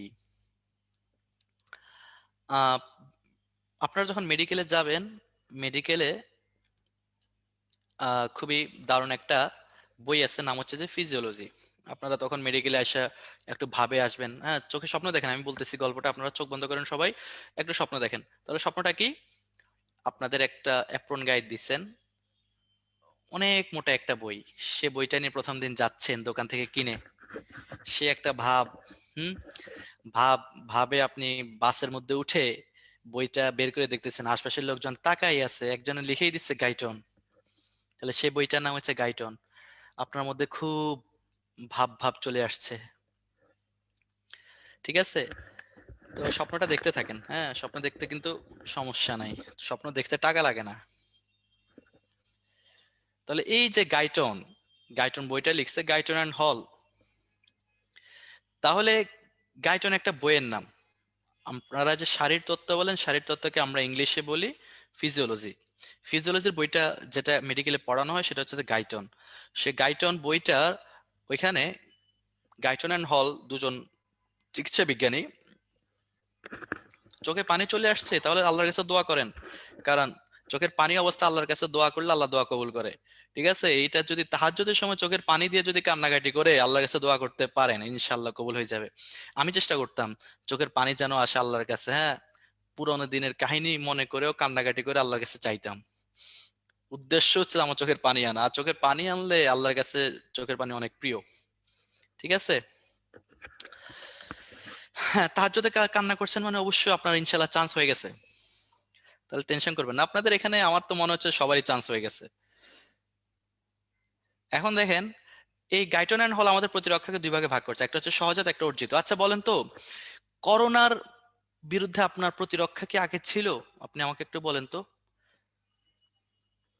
না, ছিল না, ছিল না বলে তো আক্রান্ত হয়েছেন। এখন দেখেন, করোনার বিরুদ্ধে আপনার প্রতিরক্ষা আগে ছিল না, কিন্তু আপনি আক্রান্ত হওয়ার পরে সুস্থ হয়ে গেছেন। এখন আপনি আবার আমাদেরকে জিজ্ঞেস করতেছেন ভাই করোনা কি দ্বিতীয়বার হয়?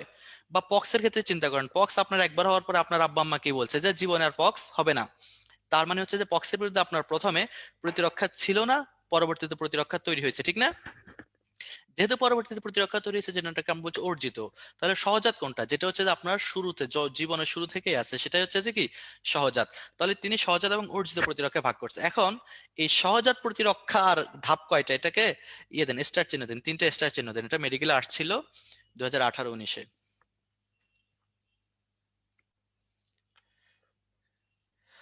সবার চান্স হলে রুগী হবে কে? আপনারাই রুগী হবেন। হ্যাঁ, একজন গাইনিতে যাবেন, তার মেডিসিনে চিকিৎসা আপনি করবেন। আবার আরেকজনের আপনার হবে যে ধরেন সার্জারি সমস্যা, সে মেডিসিনের ডাক্তার কাছে যাবে। হ্যাঁ, সমস্যা আছে, নিজেদের চিকিৎসা নিজেরা করবেন। এখন দেখেন, এই প্রতিরক্ষাকে সহজাত প্রতিরক্ষাকে 3 ভাগে ভাগ করছে। একটা হচ্ছে প্রজাতিগত। আপনি মেডিকেলে চান্স পাওয়ার পরে আপনার একেবারে বেস্ট ফ্রেন্ড আপনার কাছে তার বিড়ালটা নিয়ে আসলো, বিড়াল নিয়ে এনে বললো যে দোস্ত আমার বিড়ালের তো আজকে কয়েকদিন ধরে ম্যালেরিয়া হয়েছে। আপনি তো শুনে একেবারে অবাক, বিড়ালের কি ম্যালেরিয়া হয়? হ্যাঁ বলেন তো। আমি কোন ধরনের ডাক্তার? আমি ইনশাল্লাহ কার্ডিওলজিস্ট হব। এখনো ইন্টার্নি চলে তো, দেখা যাক। দোয়া করেন, আপনাকেও হার্টের চিকিৎসা করবো আর কি। আপনাদের তো হার্টের অবস্থা এমনি নড়বড়ে, পড়াশোনার আগেই হার্ট শেষ। তাহলে আপনি দেখেন, বিড়ালের তো ম্যালেরিয়া হয় না, তার মানে হচ্ছে যে বিড়ালের কিন্তু প্রজাতিগত প্রতিরক্ষা, তার ম্যালেরিয়া হবে না। তাহলে কার কার ম্যালেরিয়া হয় দেখেন, ম্যালেরিয়া কাকে আক্রমণ করতে পারে? মানুষ এবং মশকি। গোষ্ঠীগত, আফ্রিকান কালা মানুষের মানে কৃষ্ণাঙ্গদের কি হয়? যক্ষা হয়, দাগান, যক্ষা বেশি হয়। তাহলে আপনাদের আফ্রিকার কালা মানুষের যক্ষা হয়। এখন আপনার ইউরোপের ধলা মানুষরা খুব খুশি যে আমাদের তো যক্ষা হবে না, ইউরোপের ধলা মানুষদের স্কিন ক্যান্সার হয় খুব, ঠিক না? তাহলে স্কিন ক্যান্সার। আর বাঙালির কি হয়? বাঙালির খুব পরিমাণে ডায়রিয়া হয়। কারণ হচ্ছে যে আপনি বাইরে গেছেন ঝালমুড়ি খাইতে বা ফুচকা খাইতে, ফুচকাওয়ালার একটা অসাধারণ গামছা আছে, সেই গামছা দিয়ে প্লেটটাকে মুছে, হ্যাঁ, মুছার পর আপনি ভাবছেন যে এই, ও গামছা দিয়ে প্লেটটাকে মুছে জীবাণু মুক্ত করতেছে, কিন্তু সে আসলে কি করতেছে? সে আপনার প্লেটের উপর তার গামছার মধ্যে অসংখ্য ব্যাকটেরিয়া ভাইরাস আছে, যেগুলো মিশাই দিতেছে। হ্যাঁ, আপনি তো ফুচকা খাইতেছেন আর আহ কি আনন্দ, কিন্তু আপনি আসলে ব্যাকটেরিয়া খাইতেছেন আর লাফাইতেছেন, আহ ব্যাকটেরিয়া খাইতে কি মজা। ঠিক আছে, বুঝা গেছে? তাহলে খাইতেছেন ব্যাকটেরিয়া, এই জন্য বাঙালি। এখন কথা হচ্ছে যে গোষ্ঠীগতের মধ্যে দেখেন যে কারো কারো স্কিন ক্যান্সার বেশি হচ্ছে, কারো কারো যক্ষা বেশি হচ্ছে, এটা গোষ্ঠীগত একটা ব্যক্তিগত ব্যাপার। আপনাদের মধ্যে অনেকে দেখেন এখনই কি সর্দি কাশি শুরু হয়ে গেছে, আমি যদি সাউন্ড দিতাম অনেকে দেখতেছেন কাশতেছেন। যাদের যাদের এখন কাশি আছে, দেখেন একই আবহাওয়ার মধ্যে আপনার কাশি আছে আরেকজনের কাশি নেই, তার মানে এটা আপনাদের ব্যক্তিগত সমস্যা। এখন আসেন সহজাত প্রতিরক্ষা কি কি আছে। আমরা এতক্ষণ যা পড়াইছি সবই সহজাত প্রতিরক্ষা, যেমন প্রতিবন্ধক মানে স্কিন, প্রদাহ টদাহ যা আছে। এখন হচ্ছে যে দেখেন লাস্টে একটা জিনিস মনে রাখেন, এই সহজাত ব্যাকটেরিয়া গুলো কি করে? কোলনে বসবাসকারী ভিটামিন বি এবং কে সংশ্লেষ করে। ঠিক আছে, পাইছেন? হ্যাঁ, কম দামি মেকআপ করলেও ক্যান্সার হইতে পারে, অস্বাভাবিক না। আবার বেশি দামি করলেও হতে পারে, কেমিক্যাল খারাপ দিলেই হবে। প্রচুর সর্দি হলে আপনি অ্যান্টি হিস্টামিন খাবেন, মানে ওই যে হিস্টামিনের কথা শুনছেন না, হিস্টামিনের কারণে কিন্তু সর্দি হচ্ছে। তাহলে কি খাবেন? হিস্টাসিন খাবেন ডেলি এখন হিস্টাসিন খেলে ঘুম আসবে, তাহলে হিস্টাসিন খাবেন না, কি খাবেন? ফেনাডিন খাবেন, ফেক্সো খাবেন, দুইটা, সকালে একটা রাতে একটা। আরেকজন অ্যালাট্রল দিয়ে রাখছে, এখনই ডাক্তার হয়ে গেছে। অর্জিত প্রতিরক্ষা, হিস্টামিন খাইলে কিন্তু ঘুম হবে খুব, হিস্টাসিন খাইলে। হ্যাঁ, পরে ঘুমের কারণে পড়তেই পারবেন না, দেখবেন যে রাত্রে দিনে মোটিভেশন নিছেন, রাতে মোটিভেশনের কারণে ঘুম আসতেছে। এখন দেখেন, অর্জিত প্রতিরক্ষাকে আমরা 2 ভাগে ভাগ করতেছি। এখন 2 ভাগে আপনারা কিভাবে মনে রাখবেন? একটা জিনিস মনে রাখেন যে অর্জিত প্রতিরক্ষাকে আমরা 2 ভাগে ভাগ করতেছি, মানে আপনারা আমার মুখে মুখে একটু বলেন, আমি আপনাদেরকে মুখস্থ করাই দিই। একটা হচ্ছে যে অর্জিত প্রতিরক্ষাকে আমরা 2 ভাগে ভাগ করতেছি, একটা হচ্ছে যে সক্রিয় আর একটা অক্রিয়। তাহলে আপনারা রেডি তো? ওই যে প্রাইমারি স্কুলে যেরকম মুখে মুখে বলে, রেডি? তাহলে আমি বলতেছি, পড়েন আমার সাথে, বলেন। যে প্রতিরক্ষায় আক্রান্ত ব্যক্তির দেহে অ্যান্টিবডি উৎপন্ন হয় তাকে সক্রিয় প্রতিরক্ষা বলে। পড়ছেন সবাই? যে প্রতিরক্ষায় আক্রান্ত ব্যক্তির দেহে অ্যান্টিবডি উৎপন্ন হয় তাকে সক্রিয় প্রতিরক্ষা বলে। পড়া হয়েছে? এবার আসেন দ্বিতীয়টা। যে প্রতিরক্ষায় আক্রান্ত ব্যক্তিকে বাইরে থেকে অ্যান্টিবডি দেয়া হয় তাকে অক্রিয় প্রতিরক্ষা বলে। যে প্রতিরক্ষায় আক্রান্ত ব্যক্তিকে বাইরে থেকে অ্যান্টিবডি দেয়া হয় তাকে অক্রিয় প্রতিরক্ষা বলে। তাহলে ঠিক আছে, আরে তাকায় থাকুক, যে কেউ তাকায় থাকলে সমস্যা নেই। তাহলে আপনারা দেখেন সক্রিয় প্রতিরক্ষা কখন বলবো বলেন তো? অ্যান্টিবডি নিজের বডিতে ক্ষরণ হইলে নাকি না হলে? তাহলে অ্যান্টিবডি নিজের বডিতে যদি ক্ষরণ হয় তখন সেটাকে কি বলবো? সক্রিয় প্রতিরক্ষা বলবো। আপনি করোনায় আক্রান্ত হয়েছেন, আপনাকে বাইরে থেকে অ্যান্টিবডি দিব নাকি আপনার ভেতর তৈরি হয়েছে, এখনো বাইরে থেকে অ্যান্টিবডি আসেনি, তাহলে আপনি করোনা আক্রান্ত হয়ে সুস্থ হয়ে গেলেন। কেন সুস্থ হয়ে গেলেন? কারণ হচ্ছে আপনার শরীরের ভিতরে অ্যান্টিবডি তৈরি হয়েছে। তার মানে হচ্ছে যে আপনার একটা সক্রিয় প্রতিরক্ষা হয়েছে। কথা বোঝা গেছে? এখন সক্রিয় প্রতিরক্ষা আমরা দুইভাবে করতে পারি, একটা হচ্ছে প্রাকৃতিক আর একটা কৃত্রিম। প্রাকৃতিকটা কি?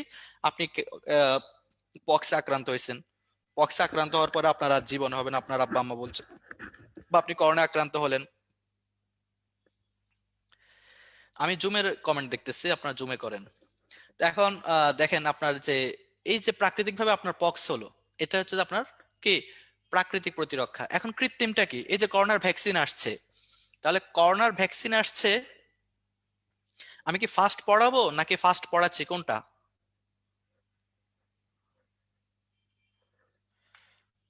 এখন ভ্যাকসিন হচ্ছে কৃত্রিম, কারণ ভ্যাকসিন কিন্তু মনে রাখবেন, ভ্যাকসিন কিন্তু অ্যান্টিবডি না। ভ্যাকসিন কি? অ্যান্টিবডি না।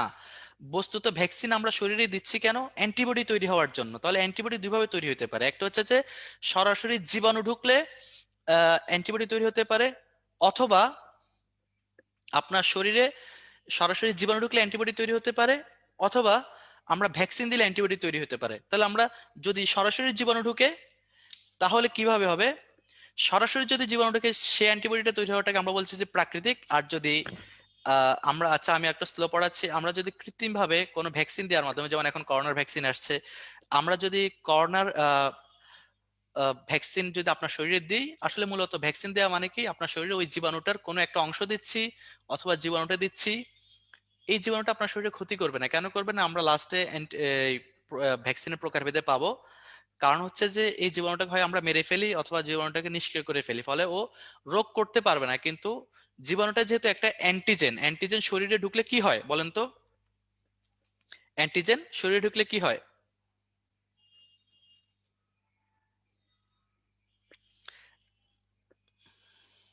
অ্যান্টিবডি তৈরি হয়। তাহলে আপনি দেখেন, আমাদের নিষ্ক্রিয় অবস্থায় যদি অথবা মৃত অবস্থায় যদি আমরা একটা জীবাণুকে যদি আমাদের শরীরে ঢুকাই, তাহলে অ্যান্টিবডি তৈরি হবে কিন্তু, কারণ এটা একটা অ্যান্টিজেন, কিন্তু রোগ তৈরি করতে পারবে না। এই জন্য আমাদের টেনশন নেই। এই জন্য আমরা ভ্যাকসিন দেওয়ার এটা একটা কাজ করি ভ্যাকসিনের মাধ্যমে, ঠিক আছে? তো ভ্যাকসিনের উদ্দেশ্যটা হচ্ছে অ্যান্টিবডি তৈরি করা, আর প্রাকৃতিকভাবে যে আক্রান্ত হচ্ছেন সেখানে অ্যান্টিবডি তৈরি হয়। যেহেতু আমরা বলছি যখন ব্যক্তির নিজের শরীরে অ্যান্টিবডি তৈরি হবে সেটা কি? সক্রিয় প্রতিরক্ষা। এখন আসেন অক্রিয়। আপনারা, আচ্ছা আমাকে বলেন তো, প্রাকৃতিক দেখেন যে মায়ের দুধের মাধ্যমে মায়ের যে শাল দুধটা শুরুর দিকে আমরা পাই, সেটার মাধ্যমে ইমিউনোগ্লোবুলিন এ একটা অ্যান্টিবডি আছে, বাচ্চা শরীরে যাচ্ছে। এই অ্যান্টিবডিটা কি বাচ্চা শরীরে তৈরি হচ্ছে না মায়ের শরীরে বলেন তো?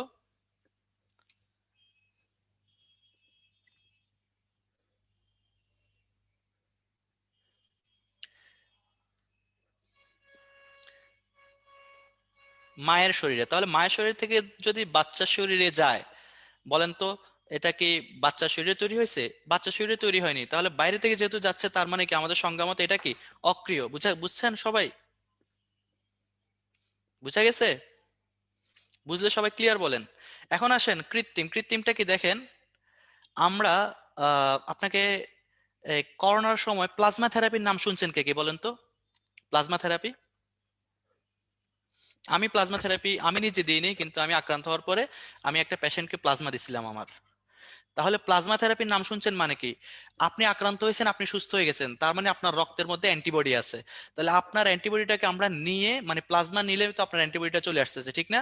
আরেকজন আক্রান্ত ব্যক্তিকে দিচ্ছি তাকে সুস্থ করার জন্য, যেহেতু এটা আমরা কৃত্রিম ভাবে নিয়ে দিচ্ছি, এই জন্য এটাকে আমরা কৃত্রিম বলি। কথা বোঝা গেছে? ক্লিয়ার সবাই? হ্যাঁ, আমি করোনা আক্রান্ত হয়েছি শুধু আজকালকে না, অনেক আগে, মানে একেবারে শুরুর দিকে, গত বছর রমজানে যখন লকডাউন চলে, ঈদের সময় আমার করোনা ছিল। আমি 21 দিন ইয়েতে ছিলাম, কোয়ারেন্টাইনে। তাহলে কোনো ভেজাল নাই, আপনারা বুঝে গেছেন। তাহলে বুঝতেন যে এখন বাইরে থেকে, এখন দেখেন এই জন্য কৃত্রিম অক্রিয়র কথা, শুধু প্লাজমা থেরাপির কথা মনে রাখলে মনে থাকবে। দেখেন, রোগ ভোগের পর সেরে ওঠা ব্যক্তির সিরাম আক্রান্ত ব্যক্তির দেহে প্রবেশ করে চিকিৎসা করে, দেখছেন আমরা যে প্লাজমা দিই সেটা। তাহলে বিরক্তি লাগছে নাকি আপনাদের? মারা গেলে কি খুশি হতেন আপনারা?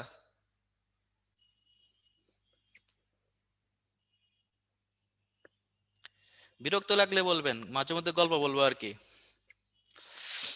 এখন আসুন অর্জিত প্রতিরক্ষা ধাপ। হ্যাঁ, অর্জিত প্রতিরক্ষা ধাপের জন্য আমি একটা গল্প বলি, একটা বাংলা সিনেমার কাহিনী বলি। হ্যাঁ, এটা কাহিনীটা আপনারা কি বাংলা সিনেমার কাহিনী শুনছেন এই লেকচারটা করানোর সময়? শুনলে কিন্তু আমি এখন বললে মজা পাবেন না।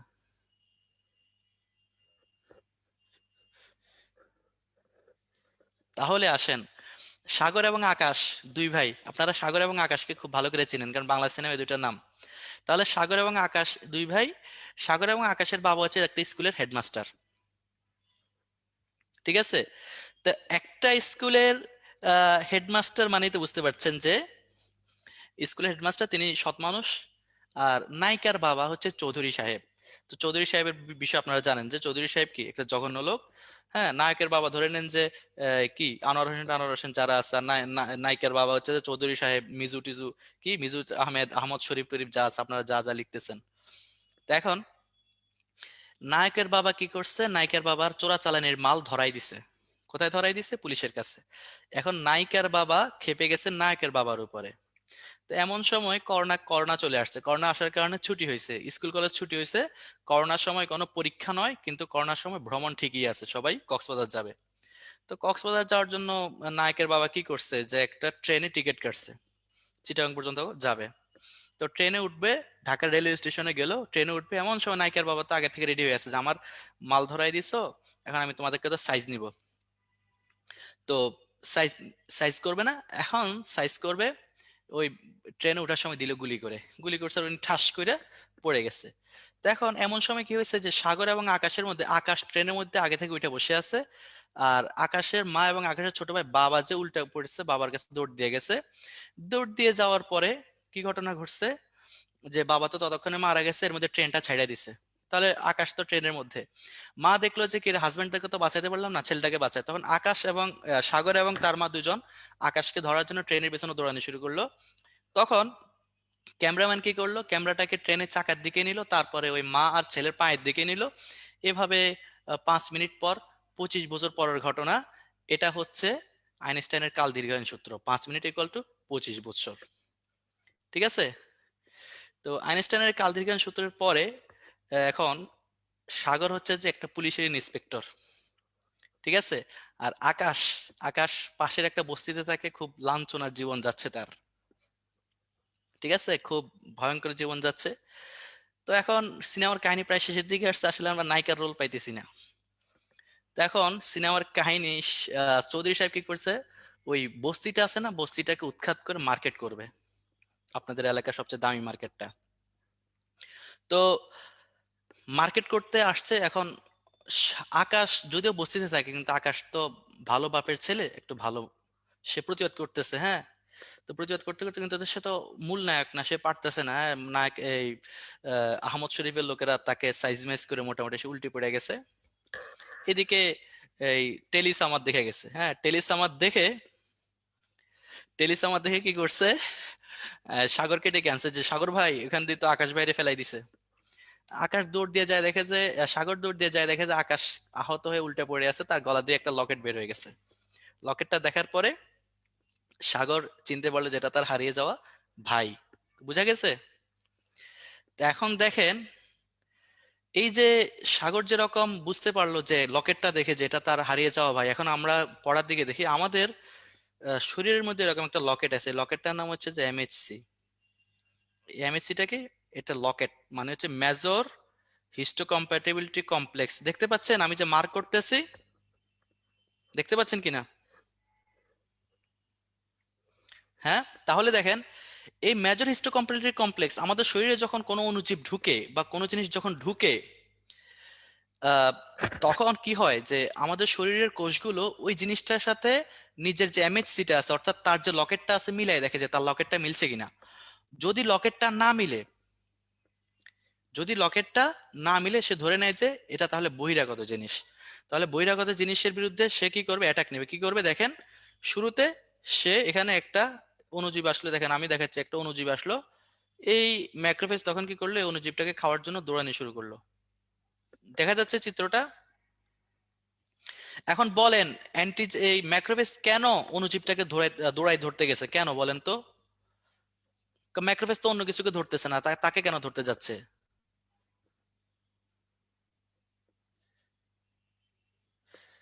অপরিচিত, এক কথা হচ্ছে যে মিল পায় না কিসের সাথে, তার এমএসসির সাথে ওর এমএসসির সাথে মিল নাই।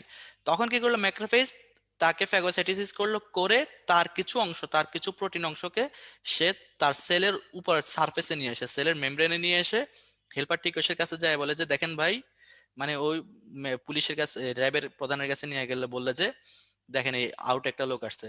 এখন আপনারা তো জানেন হেল্পার টিকোষের কাজ কি, হেল্পার টিকোষের কাজ কি বলেন? আমি তো আগেই বলছি হেল্পার টিকোষ হেল্প করে, ঠিক না? তাহলে হেল্পার টিকোষের হেল্পটা কি?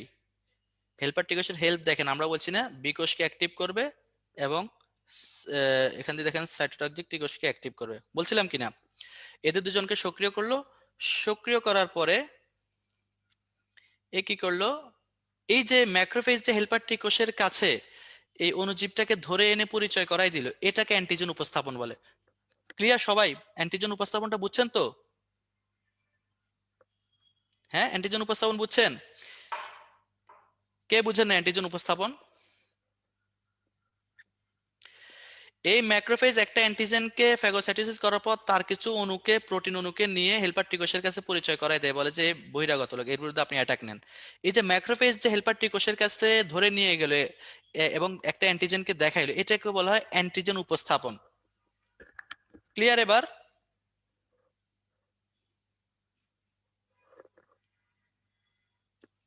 তাহলে এই অ্যান্টিজেন উপস্থাপন করার পর হেল্পার টিকোষ কি করছে, তার কাজ করছে, সে হেল্প করছে, কি করছে, বি কোষকে এবং টি কোষকে অ্যাক্টিভ করছে। করার পরে কি করছে, আমরা জানি যে এই যে প্লাজমা কোষের কথা পড়ছিলেন না, প্লাজমা কোষ অ্যান্টিবডি ক্ষরণ করে, পড়ছিলেন কিনা? আসলে প্লাজমা কোষটা হচ্ছে একটা বিকোষ, রূপান্তরিত বিকোষ। বিকোষটা কি করবে, চেঞ্জ হয়ে প্লাজমা কোষ গঠন করবে। কথা বোঝা গেছে? প্লাজমা কোষ থেকে অ্যান্টিবডি ক্ষরণ হবে এবং এই আপনার করোনার বিরুদ্ধে অ্যাটাক নিচ্ছে। অর্থাৎ প্রথমে আপনার শরীরে করোনা ঢুকলো, ঢুকার পরে আপনার ম্যাক্রোফেজ তার এমএসসির সাথে করোনার এমএসসি মিলাই দেখলো যে না, লকেট মিলতেছে না। তখন ম্যাক্রোফেজ কি করলো, হেল্পার টি কোষের কাছে করোনা ভাইরাসটাকে ধরে নিয়ে গেল। করোনা ভাইরাসকে হেল্পার টি কোষের কাছে নিয়ে যাওয়ার হেল্পার টি কোষ বি কোষকে অ্যাক্টিভ করে দিল, সাইটোলজি টি কোষকে অ্যাক্টিভ করে দিল। করার পরে বি কোষ কি করলো, প্লাজমা কোষে রূপান্তরিত হয়ে অ্যান্টিবডি ক্ষরণ করলো কার বিরুদ্ধে, করোনা ভাইরাসের বিরুদ্ধে। আর এদিকে সাইটোলজিক টি কোষ কি করলো, সরাসরি করোনা ভাইরাসের কাছে গিয়ে সাথে সাথে অ্যাকশন নিয়ে তাকে মেরে ফেললো। এখন আমি করোনার কথা কেন বলছি, করোনার কথা বলার কারণ হচ্ছে যেটা আপনাদের পরিচিত, এখন আপনারা এটা জিনিসটা আপনাদের সামনে বললে আপনারা বুঝবেন, ঠিক আছে? অন্য কিছু বললে বুঝবেন না। তো এখন দেখেন একটা ঘটনা ঘটলো, এখন আমরা পক্সের ক্ষেত্রে কি বলি, যে পক্স, আপনার বাবা মা কি বলে যে জীবনে আর পক্স হবে না, বলে কিনা? তা এখন কেন জীবন হবে না জানেন? কারণ হচ্ছে যে দেখেন, এই প্রত্যেক ক্ষেত্রে অ্যাটাক নেওয়ার পরে প্রত্যেক ক্ষেত্রে একটা স্মৃতিকোষ তৈরি হচ্ছে, দেখছেন স্মৃতিকোষ? এখানে দেখেন একটা স্মৃতিকোষ তৈরি হচ্ছে, বিকোষের এখানে দেখেন স্মৃতি বিকোষ পাইছেন, স্মৃতিকোষ তৈরি হচ্ছে, এই যে সাইটোটক্সিক স্মৃতিকোষ পাইছেন। তো এই যে স্মৃতিকোষগুলো আপনার পরবর্তীতে আপনাকে রক্ষা করবে। এখন অনেকের ক্ষেত্রে প্রতিরক্ষা যদি ভালো না হয় তাহলে তার দ্বিতীয়বারও হতে পারে, এটা হচ্ছে কথা। তাহলে এখানে কারো প্রশ্ন আছে কিনা বলেন? এখানে যা যা দাগানো আছে তা তা পড়বেন। তার মধ্যে দেখেন ম্যাক্রোফেজ ছাড়াও, ম্যাক্রোফেজ ছাড়াও অ্যান্টিজেন উপস্থাপক কোষ আরো আছে। এখন করোনা কেন বারবার হয়, কারণ হচ্ছে যে দেখেন করোনা বারবার হওয়ার বেশ কিছু কারণ আছে, দাগানো যেগুলো সেগুলো পড়বেন। কারণ করোনার রূপ চেঞ্জ হচ্ছে। তো আপনার প্রথমে যার বিরুদ্ধে অ্যান্টিবডি তৈরি হচ্ছে, যে করোনাটার বিরুদ্ধে, সে রূপ চেঞ্জ করে নতুন ভাবে আসলে তার মধ্যে ওইটার বিরুদ্ধে তো অ্যান্টিবডি নাই, ওইটার বিরুদ্ধে কি অ্যান্টিবডি আছে? চকটা আমি লাস্টে আবার বলবো যদি এখন না বুঝেন, এখন আমরা দেখি টাইম ম্যানেজমেন্ট করতে হবে। তাহলে আকৃতি চেঞ্জ করছে, অথবা এটাও হতে পারে আপনার প্রথমবার আক্রান্ত হয়েছেন কিন্তু আপনার প্রথমবার ভালো মতো আহ, এই প্রতিরক্ষা তৈরি হয়নি, অর্থাৎ আপনার ভেতরে যে অ্যান্টিবডি যতটুকু তৈরি হওয়ার কথা, যতটুকু স্মৃতিকোষ তৈরি হওয়ার কথা, সেটা সেভাবে তৈরি হয়নি। আচ্ছা, আপনার শরীরে যদি একটা অণুজীব ঢুকে, আপনার ম্যাক্রোফেজ তাকে শনাক্ত করবে, কিভাবে শনাক্ত করবে বলেন তো? আপনার ওই অণুজীবটার যে এমএইচসি আছে এবং ম্যাক্রোফেজ যে এমএইচসি আছে দুটো মিলিয়ে দেখবে, যদি অমিল থাকে তাহলে সে এটাকে ধরবে, ধরে কি করবে, তাকে ফ্যাগোসাইটোসিস করবে, ফ্যাগোসাইটোসিস করার পরে তাকে হেল্পার টিকোষের কাছে এনে উপস্থাপন করবে। হেল্পার টিকোষের কাছে এনে যে উপস্থাপন করতেছে এটাকে বলা হয় অ্যান্টিজেন উপস্থাপন। কথা বোঝা গেছে? আমি আর বলবো না, অ্যান্টিজেন উপস্থাপন এটাই। আচ্ছা, এখানে দাগানো যা আছে এই দাগানোগুলোই পড়বেন। এছাড়া আমার আর মনে হয় না এখানে আর দাগানোর কিছু আছে। পার্থক্যটা 2 স্টার দিয়ে রাখেন। প্রতিরক্ষা অ্যান্টিবডির ভূমিকা দেখেন, অ্যান্টিবডি হচ্ছে যে এক ধরনের ইমিউনোগ্লোবুলিন। তো এখন দেখেন আমরা যে আমাদের প্লাজমা প্রোটিন কি কি আছে একটু সবাই লিখেন তো দেখি, প্লাজমা প্রোটিন গুলো কি কি আছে?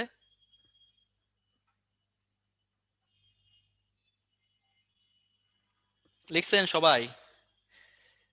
GPA 5 লিখে রাখছে। আচ্ছা, অ্যালবুমিন, গ্লোবুলিন, ফিব্রিনোজেন, প্রোথ্রম্বিন। এখন দেখেন অ্যালবুমিন, গ্লোবুলিন সহ যা আছে সবগুলো কোথা থেকে তৈরি হয় বলেন তো? কোথা থেকে তৈরি হয়? কোথা থেকে তৈরি হয়? কোথা থেকে? ইয়েস, লিভার থেকে। বি সেল কে বলছে? দাঁড়ান দেখেন, গ্লোবিউলিন তিন ধরনের আছে, আলফা, বিটা এবং গামা। আলফা এবং বিটা গ্লোবিউলিন যদিও লিভার থেকে তৈরি হয়, কিন্তু একটা গ্লোবিউলিন লিভার থেকে তৈরি হয় না, সেটা হচ্ছে গামা গ্লোবিউলিন। তো গামা গ্লোবিউলিনটা কে তৈরি করে? গামা গ্লোবিউলিনটা তৈরি করে প্লাজমা কোষ। প্লাজমা কোষ কিভাবে তৈরি করে? বিকোষ থেকে রূপান্তরিত প্লাজমা কোষ হয়ে তৈরি করে। পড়ছেন কিনা? তো এই গামা গ্লোবিউলিন যেটা আমরা বলছি প্লাজমা কোষ কি করে? অ্যান্টিবডি ক্ষরণ করে। দেখেন এই গামা গ্লোবিউলিনটা অ্যান্টিবডি হিসেবে কাজ করে। বুঝা গেছে? তো যেহেতু গামা গ্লোবিউলিনটা এক ধরনের গ্লোবিউলিন এবং সেটা ইমিউন সিস্টেমে কাজ করতেছে, এই জন্য এটাকে আমরা কি বলি? ইমিউনোগ্লোবিউলিন, আইজি বলি। কথা বোঝা গেছে? ক্লিয়ার?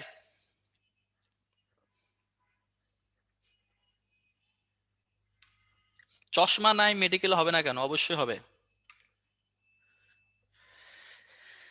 অ্যান্টিবডি যদি শেষ হয়ে যায় তাহলে হতে পারে, কারণ সব রোগ কিন্তু আজীবনের জন্য অ্যান্টিবডি সাপ্লাই দিবে না।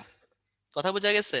টাইফয়েড 7-8 বছরের মতো প্রতিরক্ষা দেয়, কিন্তু পক্সের ক্ষেত্রে মোটামুটি আজীবন প্রতিরক্ষা হয়। ঠিক আছে?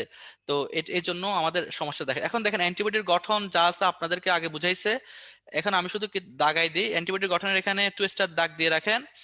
অ্যান্টিবডির গঠনে আচ্ছা 3 স্টার দিয়ে রাখেন। অ্যান্টিবডির গঠন থেকে আমরা আশা করি যে প্রশ্ন আসতে পারে। দিছেন 3 স্টার?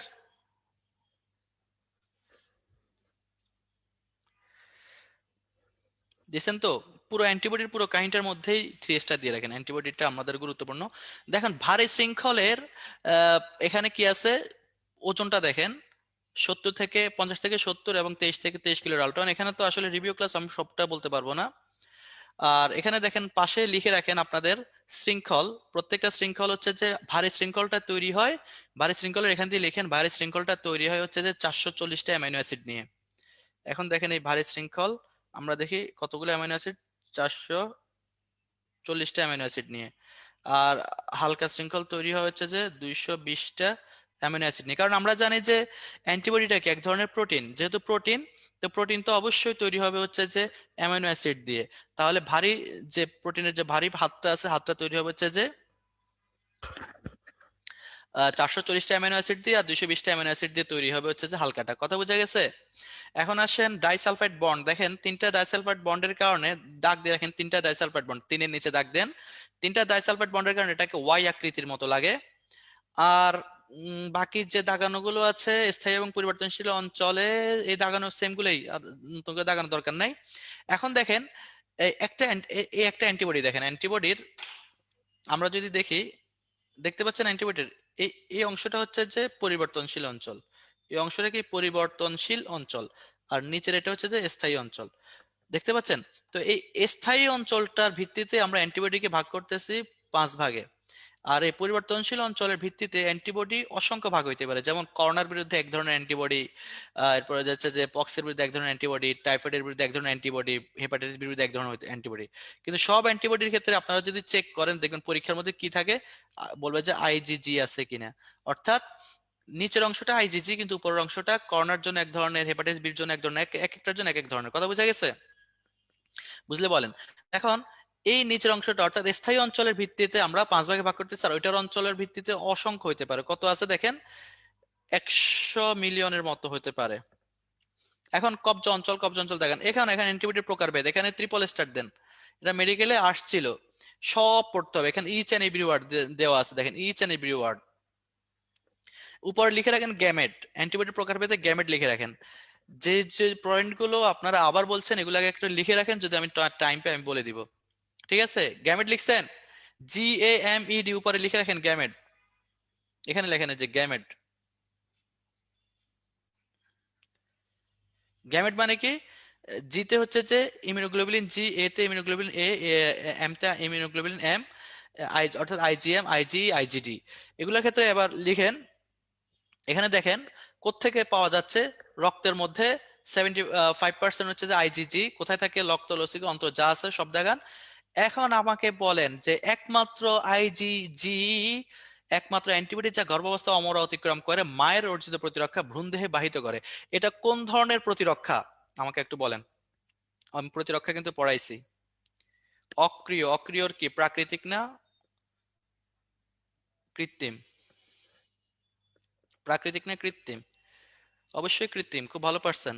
এখন ইমিউনোগ্লোবুলিন এর ক্ষেত্রে একই জিনিস, 15% থাকে, মাতৃদুগ্ধের মাধ্যমে যায়। কোথায় কোথায় পাওয়া যায়, যে সব জায়গায় ক্ষরণ হয়, কোথায়, পরিপাক গ্রন্থি, প্রতি পরিপাকে ক্ষরণ হয়, জননে ক্ষরণ হয়, শ্বসনে ক্ষরণ হয়, ওইগুলা। এরপর দেখেন, এটাও মেডিকেল প্রশ্নে আসছিল, এটা ভালো করে দাগান, ইমিউনোগ্লোবুলিন এম, এম এর ক্ষেত্রে একই জিনিসগুলোই দাগান। 5 থেকে 10% আছে এবিও ব্লাড গ্রুপের মধ্যে, ভালো করে দাগান, এবিও ব্লাড গ্রুপের মধ্যে পাওয়া যায়। আর কাজ কি, কমপ্লিমেন্ট সিস্টেমকে সক্রিয় করে, এম এবং জি একসাথে পাওয়া যায়। IgD এটা 1%-এরও কম থাকে, বি কোষের সাথে কাজ করবে। হ্যাঁ, প্রাকৃতিক। এখন আসেন IgE, এই যে অ্যালার্জিক ঘটনাটা ঘটে, এরাই বেসোফিল এবং মাস্ট কোষের সাথে মিলে আমাদের অ্যালার্জিক ঘটনা ঘটায়, IgE। এর জন্য অ্যালার্জিক যাদের সমস্যা তাদের ক্ষেত্রে আমরা IgE পরীক্ষা দিতে পারি, পরীক্ষা দিই। 0.01%, পার্সেন্টেজটা দেখেন কার সাথে কাজ করে, কোথায় কি কাজ করে। অ্যান্টিবডির কার্যপদ্ধতি যা যা আছে এর বাইরে কিছুই লাগবে না, হেডলাইন গুলো ভালো করে পড়বেন, যেখানে যেখানে স্টার আছে স্টার গুলো দাগান। স্টার গুলো দাগাইছেন, দেখেন এখন সংক্রমণের বিস্তার প্রতিরোধ, এখানে ট্রিপল স্টার আছে, ট্রিপল স্টারটা দাগান। IgE-টা ভালো করে দাগ দিয়ে রাখেন। অ্যান্টিজেন অ্যান্টিবডির প্রকারভেদ ডাবল স্টার দিয়ে এটা দাগ দিয়ে রাখেন। এরপর আসেন প্রতিরক্ষায় টিকার ভূমিকা। টিকার ভূমিকাটা আপনারা ট্রিপল স্টার দিয়ে রাখেন। এখন এই টিকার যে কি, জিএম কমপ্লিমেন্ট কি, IgG এবং IgM কমপ্লিমেন্ট সিস্টেম কি করে, এটা কি বলছেন আপনি একটু ক্লিয়ার করে বলেন। এবার দেখেন টিকার প্রকারভেদ গুলো কি আপনারা অনুসারে পড়ছেন, ছন্দ আকারে পড়ছেন কিনা আমাকে বলেন, না হলে ছন্দগুলো বলে দিব। ছন্দগুলো পড়ছে, ছন্দগুলো পড়ছেন, তাহলে ছন্দগুলো লিখেন। নিষ্ক্রিয়, নিষ্ক্রিয়তে লিখেন হ্যারি পটার ইন কলেরা, তাড়াতাড়ি, Harry Potter in cholera, Harry Potter in cholera লিখছেন। তাহলে হ্যারি পটার ইন কলেরা মানে কি, হ্যাতে হেপাটাইটিস, পতে পোলিও, হ্যারি পটার, ইতে ইনফ্লুয়েঞ্জা, কতে কলেরা, আর রতে রেবিস। দিছেন হ্যারি পটার ইন কলেরা।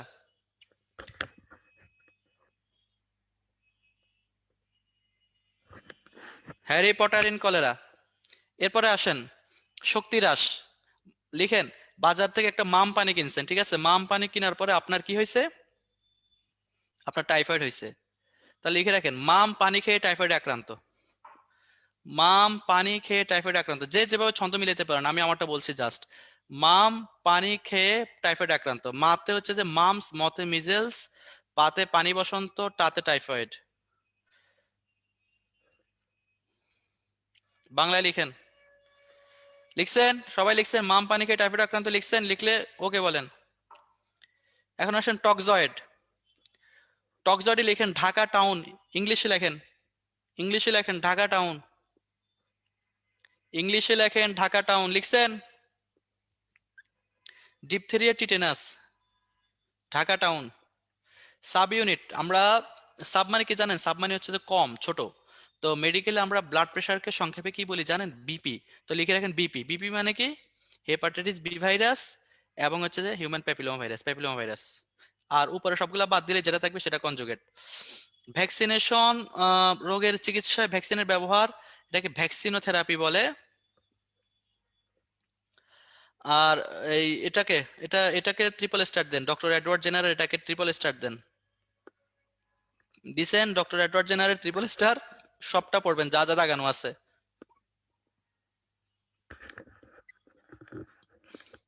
এরপর দেখেন 7টা পয়েন্ট আছে, 7টা পয়েন্ট সব পড়বেন। এর মধ্যে 3 এবং 6 নং পয়েন্ট ভালো করে স্টার্ট দেন। 3 এবং 6 নং পয়েন্ট। 3 নং পয়েন্ট কি কি দুইভাবে অ্যান্টিবডি উৎপন্ন হতে পারে, একটা হচ্ছে সক্রিয়, সক্রিয় মানে কি অসুস্থ হলে, আর ভ্যাকসিন নিলে হচ্ছে যে কৃত্রিম। বুঝা গেছে? আমাদের চ্যাপ্টার তো আরেকটা আছে, সেজন্য আমাদের একটু 6 নাম্বার কিছু ভ্যাকসিন রয়েছে যা মিশ্র ভ্যাকসিন। কি কি আছে? এমএমআর, কনজুগেটের ছন্দ বলি নাই? কনজুগেট হচ্ছে যে উপরের সবগুলা বাদ দিলে যেটা থাকবে সেটা কনজুগেট। মনে রাখবেন যে ইউজুয়ালি আমরা অপশনগুলো ওই বই থেকেই দিই, ঠিক আছে? এখন আপনাকে যদি অতিরিক্ত আর একটার জন্য কি ছন্দ দিব? ভ্যাকসিনের গুরুত্ব এখানে দেখেন, ভ্যাকসিন সুষ্ঠুভাবে কাজ করে এখানে কত প্রতি বছর 300 মিলিয়ন লোকের জীবন রক্ষা করে। আরেকটা মনে রাখেন যে সেকেন্ড জেনারেশন, থার্ড জেনারেশন কিছু ভ্যাকসিন আছে। তো এখন দেখেন হেপাটাইটিস বির যে ভ্যাকসিন, এটা হচ্ছে যে সেকেন্ড জেনারেশন ভ্যাকসিন। বুঝা গেছে? আরেকটা থার্ড জেনারেশন ভ্যাকসিন আছে, মনে রাখেন থার্ড জেনারেশন ভ্যাকসিন কোনটা? DNA vaccine. DNA vaccine, DNA থেকে যে ভ্যাকসিন তৈরি করা হচ্ছে সেটাকে আমরা বলছি যে থার্ড জেনারেশন। এটা আমাদের সিস্টেম আছে, যদি আমরা পুরো জীবাণুটা থেকে যদি ভ্যাকসিন তৈরি করি সেটাকে আমরা বলি ফার্স্ট জেনারেশন। যদি সাব ইউনিট থেকে অথবা কনজুগেট থেকে যদি করি এটাকে আমরা বলতেছি সেকেন্ড জেনারেশন। এবং আমরা যদি তার ডিএনএ থেকে করি তাহলে এটাকে আমরা বলবো থার্ড জেনারেশন। আমার গলায় কেমন জানি নোয়াখালী, চাঁদপুর, কুমিল্লার আশেপাশের ঘন্ট লিখছে না? আপনাদের কি নোয়াখালী ভাষায় কণ্ঠকে গন্ঠ বলে?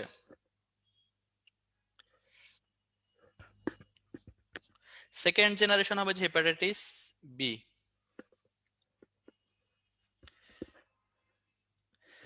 আচ্ছা, আমার বাড়ি বলবো, আমার বাড়ি নিয়ে আপনাদের এত ইয়ে লাগছে কেন? ঠিক আছে, আমরা এরপরের অধ্যায়টা যাব। এখানে যা আছে দাগানো ওইগুলো চলবে।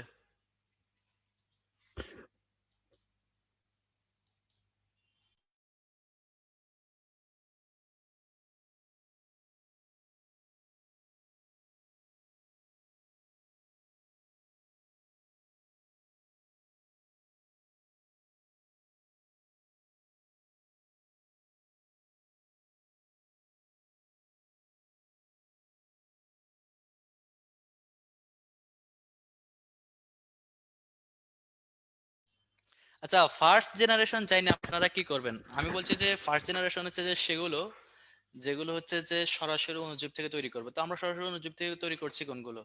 একটা হচ্ছে যে নিষ্ক্রিয়টা, আরেকটা হচ্ছে যে আহ আরেকটা হচ্ছে যে যেটাকে মৃত, দুটো। ঠিক আছে, এখন আমরা পরের অধ্যায়ে যাব।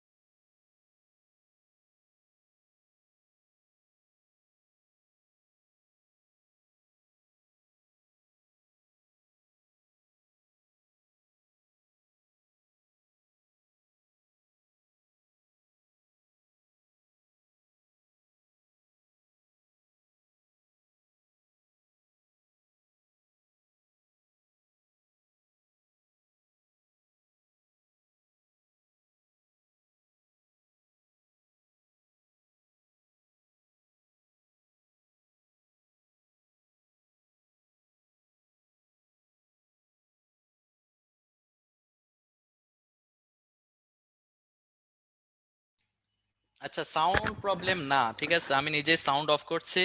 কারণ হচ্ছে যে আমি আপনাদের নেক্সট অধ্যায়ে যাব আপনাদের জন্ম বৃত্তান্ত সম্পর্কে জানানোর জন্য। ঠিক আছে, আহ আপনাদের প্রিয় চ্যাপ্টার অর্থাৎ মানব জীবনের ধারাবাহিকতা শেষ হয়ে গেছে।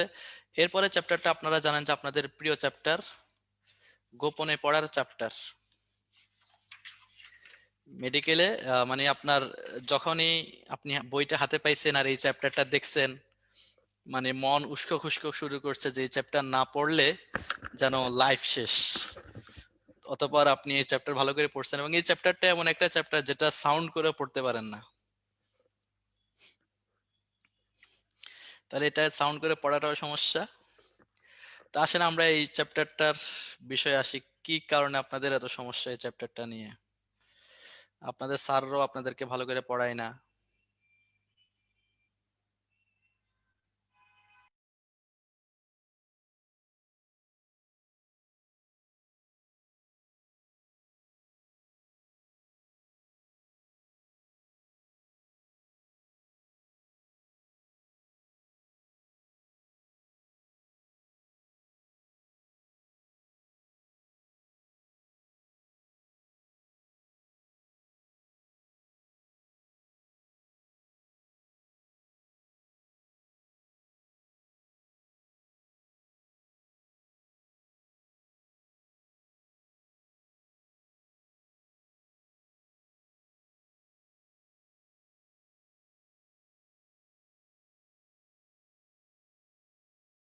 হ্যাঁ আমি আছি, আমি যাইনি কোথাও। আপনাদের আপনাদের একটু কৌতূহল আর কি চ্যাপ্টার নিয়ে। এখন আপনার কৌতূহল কাটছে তো, কৌতূহল কাটলে এখন আমরা পড়ানো শুরু করে দিই।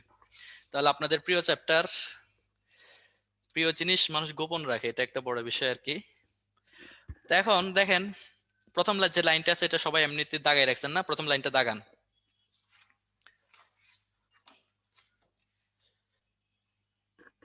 কি সেকেন্ডের কথা বলছেন ভালো করে বুঝাই দিতে?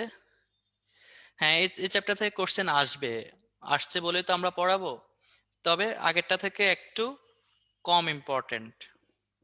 আসেন এখন পুরুষদের ক্ষেত্রে আমরা যদি দেখি, আহ নর্মালি যা যা দাগানো আছে তাতেই, এখানে আর নতুন করে দাগানোর কিছুই নেই। আমরা দেখি শুক্রাশয়, এখানে আপনি উপরে লিখে রাখেন যে আহ, আহ, পুরুষ প্রজনন তন্ত্র, এখানে উপরে কলম দিয়ে লিখে রাখেন। কলম দিয়ে কি লিখবেন, লিখে রাখেন হচ্ছে যে এটার কি কি লাগবে। একটা হচ্ছে যে কাজ, তারপরে হচ্ছে যে দৈর্ঘ্য, এই তারপর হচ্ছে আপনার ওজন। এই তিনটা জিনিস এখানে লাগবে, বা যে কোনো ধরনের দৈর্ঘ্য টর্ঘ্য যা আছে। আমার কথা শোনা যাচ্ছে? আচ্ছা, এরপর আসেন এখানে যা যা আছে তাতেই দাগাবেন। এরপর দেখেন শুক্রাণু মাতৃকোষ শুক্রাণু উৎপন্ন করে এবং টেস্টোস্টেরন ক্ষরণ করে, এটা ভালো করে দাগান। এপিডিডাইমিস, এপিডিডাইমিসটা ইম্পর্টেন্ট একটু। এপিডিডাইমিসের এখন দেখা যাচ্ছে? আপনার বলেন তো একটু, দেখা যাচ্ছে কিনা? আমার ফুল স্ক্রিন দিলে একটু সমস্যা হচ্ছে। দেখা যাচ্ছে এখন? দেখা যাচ্ছে? আচ্ছা দেখা গেলেই তো চলবে। তো এখন আসেন এপিডিডাইমিস, এপিডিডাইমিসের ক্ষেত্রে দৈর্ঘ্যটা দাগান এবং হচ্ছে যে একশন কাজের মধ্যে দেখেন যে শুক্রাণু নিষেক ক্ষমতা বাড়ায়, এটা গুরুত্বপূর্ণ। ভাঁজ ডিফারেন্সের যা যা আছে তাতাই দাগান, আর দৈর্ঘ্যটা একটু দাগান। আমার এখানে দৈর্ঘ্যটা একটু লাগবে, আমি দৈর্ঘ্য বাদ দিতে চাচ্ছি না। এটার কাজ খুব একটা ইম্পর্টেন্ট না, কিন্তু কথা হচ্ছে আমাদের কাজ পড়তে হবে। আমরা যেহেতু রিভিউ ক্লাসে কাজ নিয়ে খুব একটা মাথা ঘামাবো না। সেমিনাল ভেসিকল, এটাকে ট্রিপল স্টার দেন, এখান থেকে যদি কোশ্চেন আসে সেমিনাল ভেসিকলের কাজ আসবে।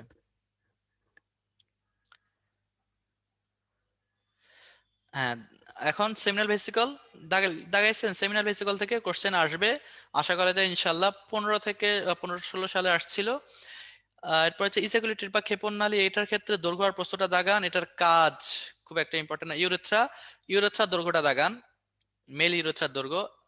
আর হচ্ছে আমরা দেখি বহির্যৌনাঙ্গের ক্ষেত্রে দুই রকম, এটা মেডিকেল কোশ্চেনে আসছিল, এটাকে আপনারা পড়তে হবে স্টার চিহ্ন। এখন কি আসছিল দেখেন, দেহের তাপমাত্রা থেকে 2 ডিগ্রি সেলসিয়াস তাপমাত্রা কম আছে, এটা লিখে রাখেন। এখানে এটাই গুরুত্বপূর্ণ। কাজ, কাজ কি আর এটা কয় ধরনের পেশি স্তর থাকে? দেখেন 5 ধরনের পেশি স্তর থাকে। কাজ দাগাইছেন?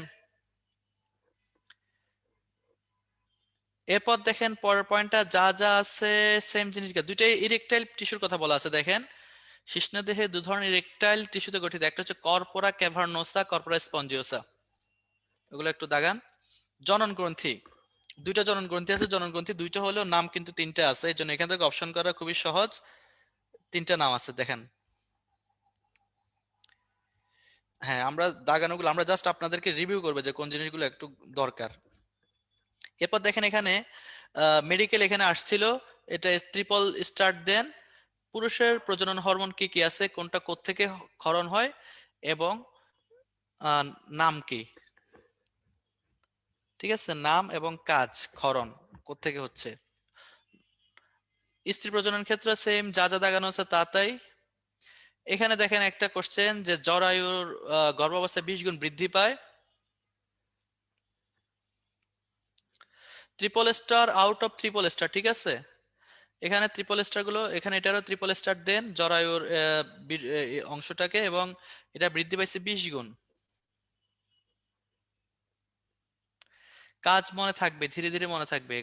মনে রাখার জন্য যেটা করবেন সেটা হচ্ছে যে রিভিশন, রিভিশন ছাড়া কোনো উপায় নেই। এরপর আসেন দেখেন 4 নং এ, যোনির প্রাচীরে রুগী থাকে, বলেন রুগী আর কোথায় কোথায় আছে, রুগী আর কোথায় আছে। আরে রুগী কি হসপিটালে থাকে না? কে বলছে এটা হসপিটালের কাহিনী? বানান দেখে নেন, এটাই বাংলা রুগী না। এখন দেখেন 5 নং এ, এটার মধ্যে দেখেন ভালবা, অর্থাৎ ভালবা কাকে বলে একটু মনে রাখবেন। লেভিয়া মেজরা, লেভিয়া মাইনরা, বার্থলিনের গ্ল্যান্ড, এটা পরীক্ষায় আসছিল, এটাকে দাগান। মেডিকেল আসছিল, তাহলে এখান দিয়ে একটু ট্রিপল স্টার দিয়ে রাখেন যেহেতু মেডিকেল আসছে।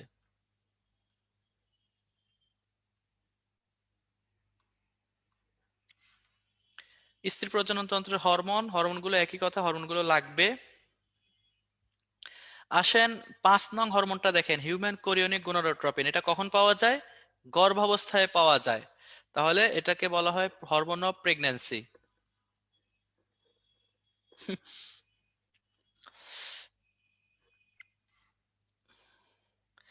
এরপর আসেন প্রজননের বিভিন্ন পর্যায় দশা, এখান থেকে দাগানোর দরকার নেই, কারণ এখান থেকে হেডলাইনগুলো মনে রাখতে পারেন যে প্রজননের বিভিন্ন পর্যায় এবং দশা কি কি আছে।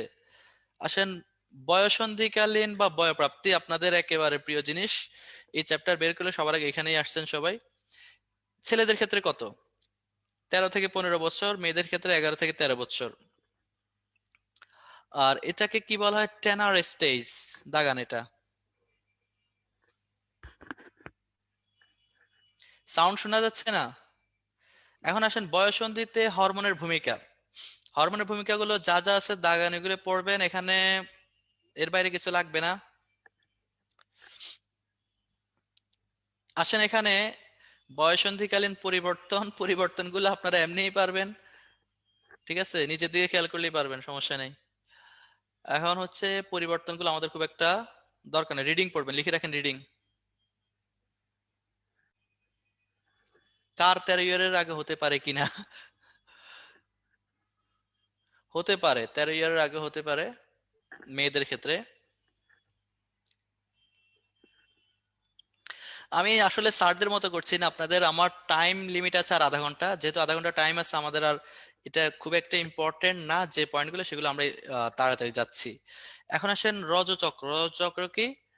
এটা হচ্ছে যে এখানে যে সংজ্ঞাটা আছে, সংজ্ঞাটা জাস্ট দাগান। এটার গড়টা আমাদের মনে রাখতে হবে, গড়টা কি। ফলিকল কি, ফলিকল আমরা বুঝাবো। আসেন এখানে হচ্ছে 28 দিন, রেঞ্জ কত?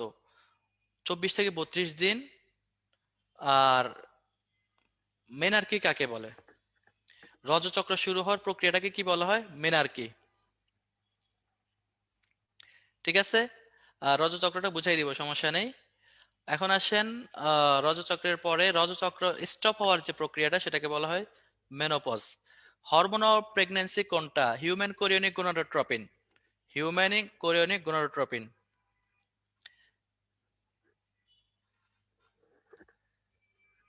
এরপর আসেন রজচক্রের ক্ষেত্রে, এখানে যেটা আছে রজচক্রের প্রক্রিয়া, প্রক্রিয়াতে দেখেন এখানে যা যা দাগানো আছে এগুলো। এখন আসেন আমরা দেখি রজচক্র দুই ধরনের, এক কথায় মনে রাখেন রজচক্র কয় ধরনের? দুই ধরনের। আমরা এখন একটু বোঝানোর ক্ষেত্রে আসি। এখন কেউ সবাই দেখতে পাচ্ছেন তো? আমাকে একটু বলেন।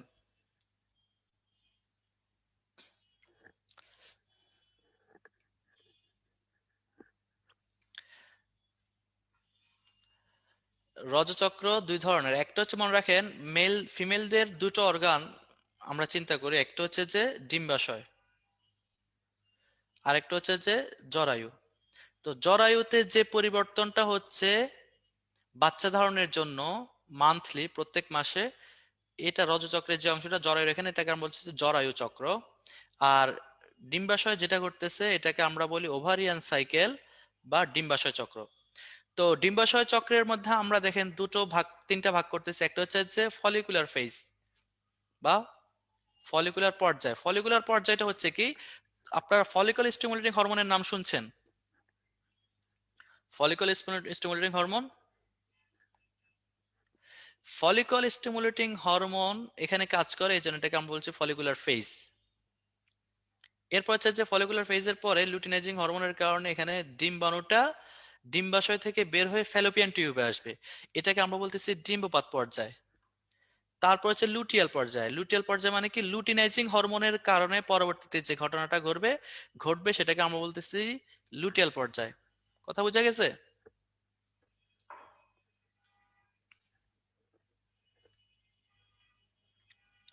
এরপর আসেন রজচক্র। রজচক্রের ক্ষেত্রে রজচক্রকে আমরা তিন ভাগে ভাগ করতেছি। একটা হচ্ছে রজস্রাবীয় চক্র, রজস্রাবীয় পর্যায়, অর্থাৎ যখন দেখা যাচ্ছে যে ব্লিডিংটা হচ্ছে, ব্লিডিংটা হওয়ার পরে যে কন্ডিশনটা, এটাকে আমরা বলছি বৃদ্ধি পর্যায়। আর লাস্টেরটাকে আমরা বলতেছি ক্ষরণ, মানে হচ্ছে যে যখন প্রজেস্টেরনের কাজ করবে। এখন আসেন আমরা একটু জিনিসটা দেখি। একেবারে শুরুতে খেয়াল করেন, পিটুইটারি যে গ্রন্থি আছে, পিটুইটারি গ্রন্থি, কথা শোনা যাচ্ছে? এখন শোনা যাচ্ছে? একেবারে যখন একটা মেয়ের যখন রজচক্র শুরু হয়, যখন মেনার্কি, আমরা রজচক্র শুরু হওয়ার প্রক্রিয়াটাকে কি বলি? মেনার্কি। তখন তার পিটুইটারি গ্রন্থি থেকে দুইটা হরমোন আসে, আমরা সেগুলোকে বলি অ্যান্টেরিয়র পিটুইটারি বা অগ্র পিটুইটারি থেকে। কি কি আসে? সে দুটার নাম হচ্ছে, একটার নাম হচ্ছে ফলিকল স্টিমুলেটিং হরমোন, আর একটা হচ্ছে যে লুটিনাইজিং হরমোন। ক্লিয়ার? একটু ওয়েট।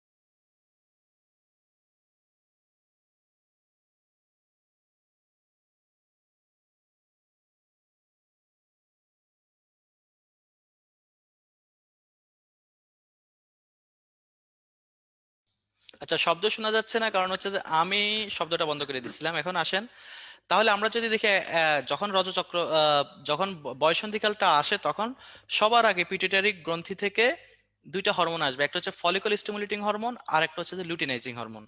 তো ফলিকল কি? ফলিকল হচ্ছে যে ডিম্বাণুর মধ্যে, ডিম্বাশয়ের মধ্যে ক্ষুদ্র ক্ষুদ্র কিছু জিনিস থাকে, যেগুলো দিয়ে ডিম্বাশয়টা গঠন হচ্ছে। ডিম্বাশয়ের ভেতরে কোষের থেকে একটু বড় ধরেন, এই জিনিসটাকে আমরা বলছি ফলিকল।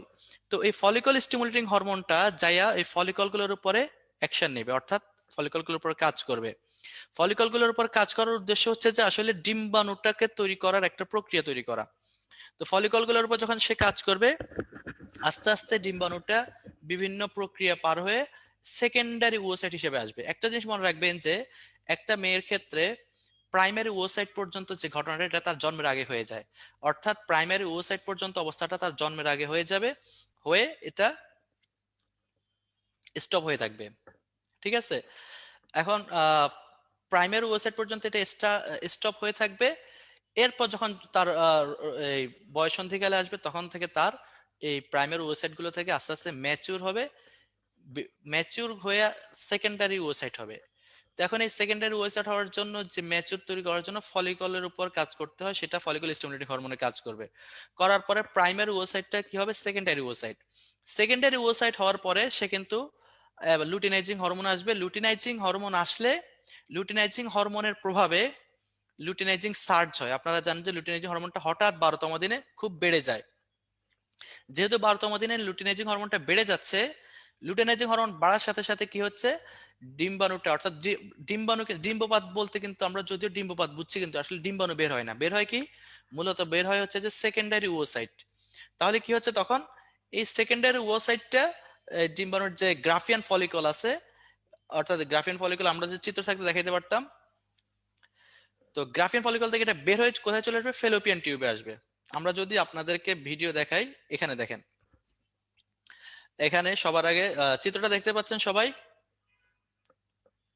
এটা ধরেন, এটা এটা একটা ফলিকল, ঠিক আছে, দেখতে পাচ্ছেন? এখন চিত্রের দিকে দেখেন, ফলিকল স্টিমুলেটিং হরমোন এফএসএইচ, এটা আসলো, sorry, FSH, follicle stimulating hormone সেগুলোর উপর কাজ করলো, কাজ করে কি হচ্ছে, এটা আস্তে আস্তে ফলিকলটা বড় হচ্ছে। ফলিকলটা বড় হয়ে কি হচ্ছে, প্রাইমারি ওসাইট থেকে সেকেন্ডারি, আর প্রাইমারি ওসাইট পর্যন্ত যে সেলগুলো তৈরি হচ্ছে, এগুলা মেয়েদের জন্মের আগে তৈরি হচ্ছে। এই ফলিকল, এই জিনিসটা দেখতে পাচ্ছেন না, এটাই ফলিকল, কোষ, ধরেন এক ধরনের কোষ। তো এই ফলিকল গুলো থেকে পরবর্তীতে কি হচ্ছে,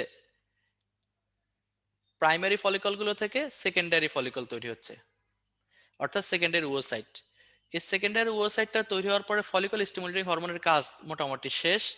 তখন কি হয় যে, ওই যে পিটুইটারি গ্রন্থি থেকে যে লুটিনাইজিং হরমোনটা আসছে এলএইচ, এলএইচ এসে কি করতেছে, এই সেকেন্ডারি, অর্থাৎ এটাকে আমরা গ্রাফিয়ান ফলিকল বলতেছি, এই গ্রাফিয়ান ফলিকলের উপর সে কাজ করবে।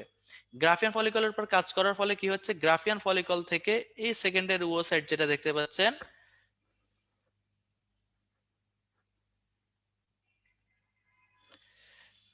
এই সেকেন্ডারি ওসাইটটা বের হয়ে, ডিম্বাশয় থেকে বের হয়ে কোথায় চলে আসছে, ফেলোপিয়ান টিউবে। কথা বোঝা গেছে? এখান থেকে কোশ্চেন আসবে না, এখান থেকে আপনাদের একজন বলছে বুঝাই দেওয়ার জন্য, সেটা বুঝাই দিচ্ছি। এই এই জিনিসটা এতক্ষণ পর্যন্ত যতটুকু ঘটছে, এই যে ডিম্বাশয় থেকে যে ডিম্বাণুটা বের হলো, বের হয়ে কোথায়, ফেলোপিয়ান টিউবে গেছে। ফেলোপিয়ান টিউবে যাওয়ার পর দেখেন এই যে গ্রাফিয়ান ফলিকলের বাকি যে জিনিসগুলো আছে, এগুলো এখানে রয়ে গেছে। এই এই জিনিসটা পরবর্তীতে কর্পাস লুটিয়াম গঠন করবে। কথা বোঝা গেছে? কি গঠন করবে? Corpus luteum. আচ্ছা, আমি বাদ দিয়ে দিচ্ছি। কর্পাস লুটিয়াম গঠন করার পরে এখন দেখেন পরবর্তী ঘটনা, এই এতটুকু যেটা দেখতে পাচ্ছেন, এটা হচ্ছে যে আমাদের আমরা বলবো যে ডিম্বাণু চক্র, সরি ডিম্বাশয়ের চক্র। এরপর হচ্ছে রজচক্র, সরি কি বলে, জরায়ুর চক্র। জরায়ুর চক্রটা কি হবে? জরায়ুর চক্রটা হচ্ছে যে, ওই যে আপনারা দেখতে পাচ্ছেন, এখন দেখেন জরায়ুর চক্র হচ্ছে যে, যখনই লুটিনাইজিং সার্চ হয়ে গেল, ডিম্বপাত হয়ে গেল, ডিম্বপাতের আগ পর্যন্ত ইস্ট্রোজেন হরমোনের মাত্রাটা কি থাকে, মোটামুটি থাকে। এখন যখন লুটিনাইজিং হরমোনটা বাড়লো, যখন ইস্ট্রোজেন হরমোনটা কি করতেছে, শুরুতে আমরা রজচক্রের যে শুরুতে আমরা এসে দেখি, এখানে রজচক্রের দেখেন, এখানে এখানে এই যে রজচক্রের যে প্রক্রিয়াটা দেখেন, আমরা ডিম্বাশয়ের চক্রটা বলে দিচ্ছি, এখন আসেন রজচক্রের প্রক্রিয়া। এই রজস্রাব হওয়ার পরে বৃদ্ধিশীল পর্যায়ে, বৃদ্ধিশীল পর্যায়ে কি হবে, ইস্ট্রোজেন হরমোন ক্ষরণ হবে। ইস্ট্রোজেন হরমোনটা এসে কি করবে, জরায়ুটাকে বৃদ্ধি করবে আস্তে আস্তে। বৃদ্ধি করার পরে 12তম দিনে গিয়ে যখন ইস্ট্রোজেন, 12তম দিনে গিয়ে যখন ডিম্বপাতটা হলো, ডিম্বপাত হওয়ার পরে আমরা কি জানি, কর্পাস লুটিয়াম গঠন হয়। কর্পাস লুটিয়াম গঠন হওয়ার পরে কর্পাস লুটিয়াম থেকে একটা হরমোন আসবে, প্রোজেস্টেরন। প্রোজেস্টেরন এসে কি করবে, এই ক্ষরণশীল প্রক্রিয়াটাকে শুরু করবে, ক্ষরণশীল পর্যায়ে, অর্থাৎ ডিম্বাণুটা, ওই জরায়ুটাকে বাচ্চা ধারণের জন্য আরো ভালোভাবে কাজ করবে। এখন দেখবেন ক্ষরণশীল প্রক্রিয়াটা হয়ে গেল। ক্ষরণশীল প্রক্রিয়া হওয়ার পর আমরা জানি যে, যে শুক্রাণুটা বের, যে ডিম্বাণুটা বের হয়েছে, এটা কি ডিম্বাণু আকারে বের হয়েছে না সেকেন্ডের ওসাইট আকারে বের হয়েছে, সেটা একটু বলেন, তারপর আমি বুঝাই দিচ্ছি। বলেন সবাই। ডিম্বপাত হওয়ার পর এটা কি, এখন এই সেকেন্ডারি ওসাইটটা যতক্ষণ পর্যন্ত না শুক্রাণু না যাবে, ততক্ষণ পর্যন্ত সে ফার্দার বিভাজিত হবে না। ঠিক আছে? তাহলে ফার্দার বিভাজিত যদি না হয়, তাহলে শুক্রাণু যেতে হবে।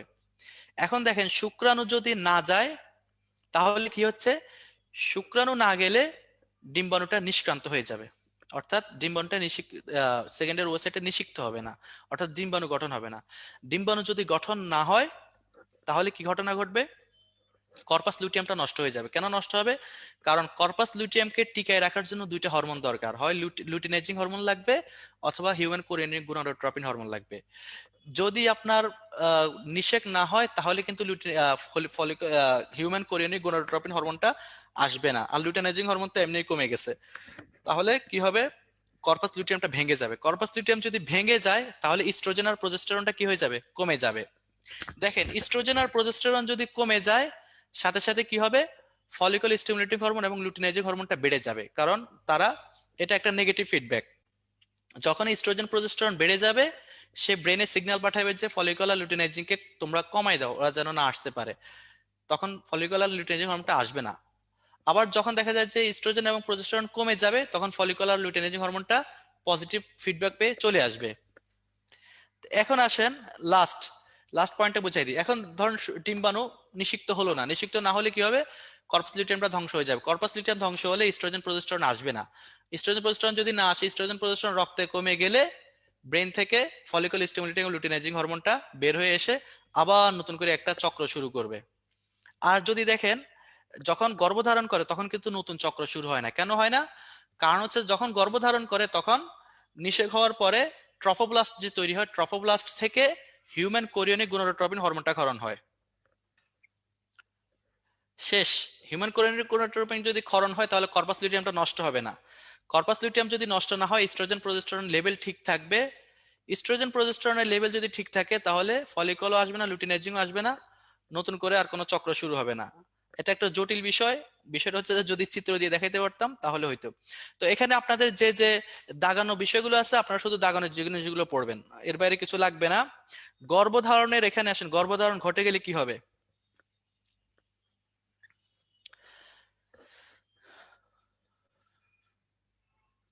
আচ্ছা, কিছু না বুঝলে কিছু করার নেই, কারণ হচ্ছে এখানে আমার কাছে স্লাইড নাই যে চিত্র দিয়ে বোঝাবো। চিত্র দিয়ে বোঝানোর স্লাইড থাকলে আমরা বুঝাই দিতে পারতাম, কারণ আপনাদেরকে মুখস্থের উপর বোঝানো যাবে না। এখন গর্ভধারণ যদি ঘটে যায় তাহলে দেখেন এখানে কি হচ্ছে, এই পুরো ঘটনাটা এখানে বলা হয়েছে। এই পয়েন্টটাকে দাগান একটু, যা যা বলছে এখন এগুলো দাগান। এখন আসেন জরায়ু চক্র। জরায়ু চক্র টক্র যা আছে দাগানো, এগুলোর বাইরে আর নতুন করে দরকার নেই। রজচক্রের তাৎপর্যটা ওইটাই। এখন গ্যামেট সৃষ্টি। গ্যামেট সৃষ্টিতে আপনাদের এখানে যা যা দাগানো আছে এগুলোই, দাগানোর বাহিরে নতুন করে লাগবে না। যে যেটা বুঝবেন না এটা পরে বললেন। হ্যাঁ, রজচক্র যদি না বুঝেন না, এটা খুব বেশি গুরুত্বপূর্ণ না, এটা না বুঝলেও চলবে, আপনার মুখস্থ করলেও চলবে। এখন আসেন মানব জীবনের ধারাবাহিকতা। ওইখানে ওইখানে দেখেন যে স্পারমাটোজেনেসিসে আসেন। স্পারমাটোজেনেসিসে আপনাদের এখানে যা যা দাগানো আছে তা তা পড়বেন, তবে স্পারমিওজেনেসিসটার এখানে ট্রিপল স্টার দেন।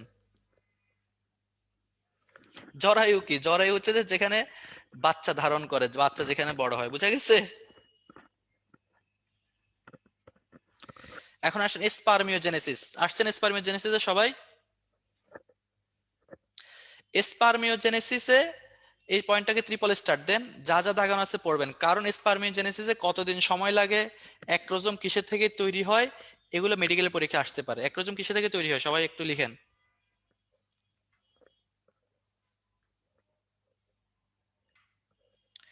এখন আসেন মানুষের শুক্রাণুর গঠন। শুক্রাণুর গঠনটা, এটাকেও ডাবল স্টার দেন। এটাকে এটাকে ট্রিপল স্টার দরকার নেই, ডাবল স্টার দেন। আচ্ছা, ডাবল স্টার দিলে চলবে। ডিম্বাণুজেনেসিস। ডিম্বাণুজেনেসিসে আপনাদের এখানে যা যা দাগানো আছে হেডলাইন গুলো আর দাগানো গুলো পড়বেন, এর বাইরে কিছু দরকার নেই।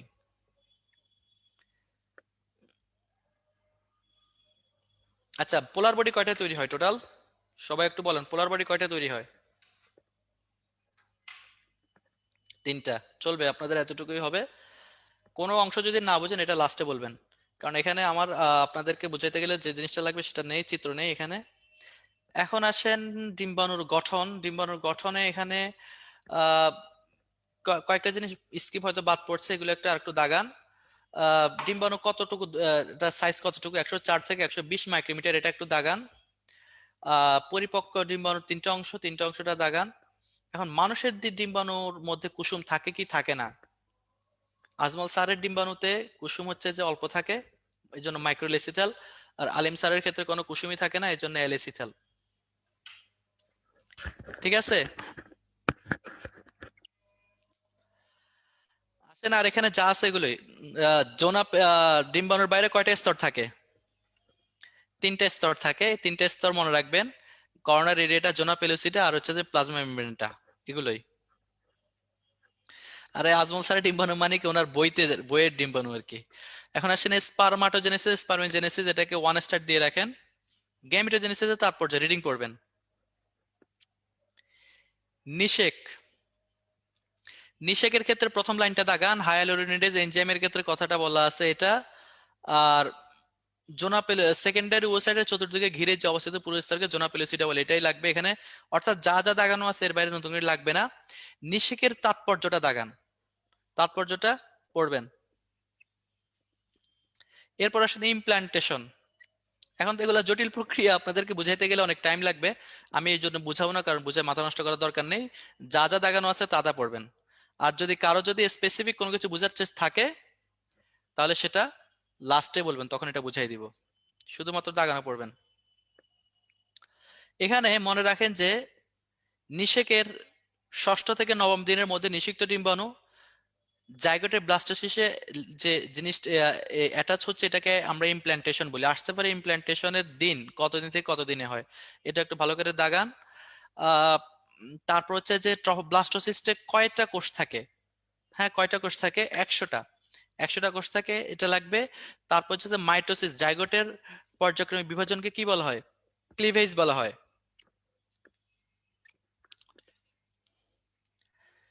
সেফ পিরিয়ড কি? আমি কি গাইনিকোলজি বুঝাবো? আচ্ছা, সেফ পিরিয়ড বোঝানো যাবে, সমস্যা নেই। লাস্টের দিকে প্রশ্ন করেন, কারণ এগুলো আপনাদের প্রয়োজন নেই। এখন আসেন এখানে যা যা দেখানো আছে এগুলোই। অমরার কাজ, অমরার কাজটাকে ডাবল স্টার দেন। অমরার কাজ ডাবল স্টার দেন, এখান থেকে মেডিকেল আসছে। আচ্ছা, ট্রিপল স্টার দেন, ট্রিপল স্টার দেন। দিছেন ট্রিপল স্টার? অমরার কাজের মধ্যে ট্রিপল স্টার দেন। এখন আসেন সবচেয়ে গুরুত্বপূর্ণ জিনিস, ভ্রূণের আবরণ। এই আবরণগুলোর মধ্যে ট্রিপল স্টার দেন, এখান থেকে আসলে এই জায়গাগুলোতে আসবে। দেখাইছেন? কুসুম্ব থলি, এটা থেকে মেডিকেলে আসছিল। কুসুম্ব থলি থেকে কি হয়? স্টেম কোষগুলো পরবর্তীতে বর্ধনশীল। এখানে দেখেন কুসুম্ব থলি স্টেম কোষের উৎস হিসেবে কাজ করে। দাগান ভালো করে এটা।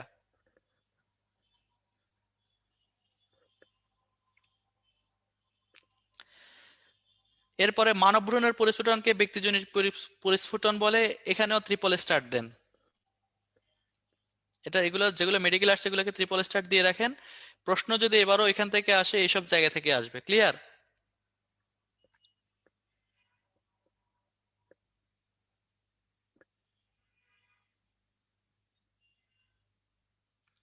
অর্গানোজেনেসিস কাকে বলে?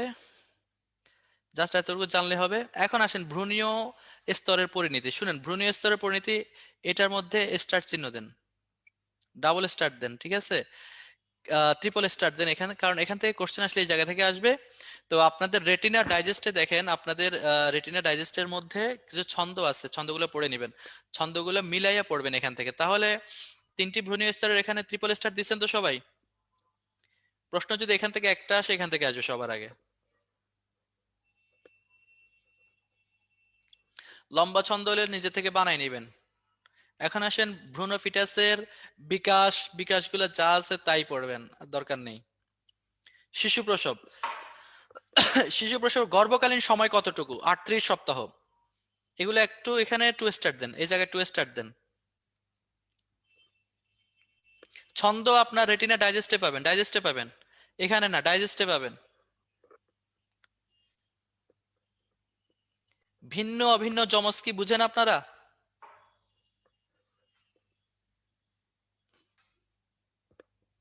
আচ্ছা, বুঝলে তো হয়ে গেছে, আপনাদেরকে ভিন্ন আর অভিন্ন যমজ বোঝানো লাগবে না।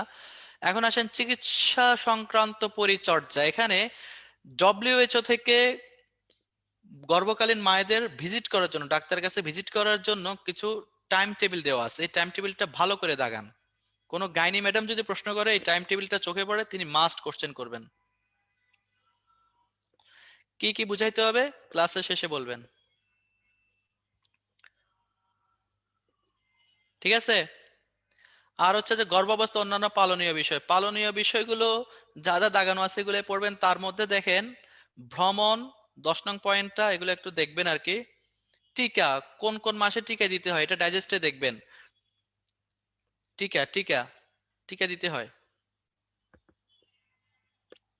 ভ্রূণ আর ফিটাস একই জিনিস, একটা বাংলা একটা ইংলিশ। গর্ভনিরোধক পদ্ধতি স্থায়ী অস্থায়ী এগুলা সম্পর্কে সবাই কম বেশি জানেন, যা আছে তাই।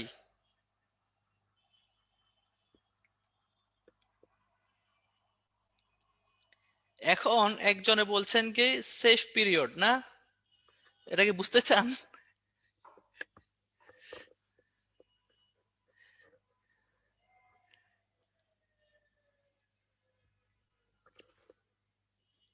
আচ্ছা, বেশিরভাগ না আসছে, তাহলে বোঝানোর দরকার নেই,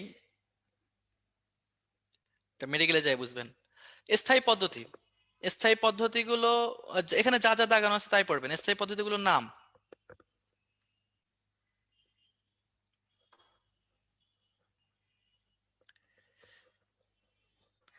হাসতেছি কেন? হাসতেছি হচ্ছে যে আপনাদের মধ্যে কেউ না বলছে, কেউ হা বলছে। এখন আসেন স্থায়ী পদ্ধতিগুলোর নামগুলো মনে রাখবেন জাস্ট। আর অন্যান্য পদ্ধতিগুলোর ক্ষেত্রে আপনারা যা দাগানো আছে এগুলোই। পরিবার পরিকল্পনা, এখান থেকে প্রশ্ন আসার খুব একটা সম্ভাবনা নেই, রিডিং দিবেন।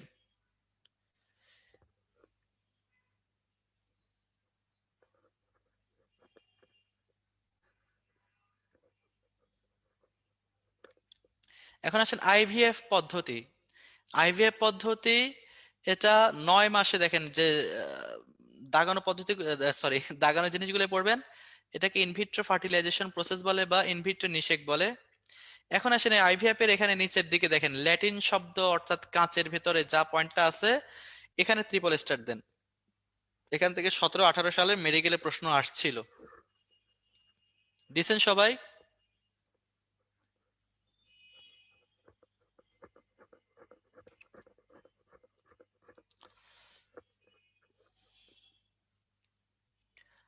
আচ্ছা, দাগাইছেন সবাই? এখন আইভিএফ পদ্ধতির ধাপ।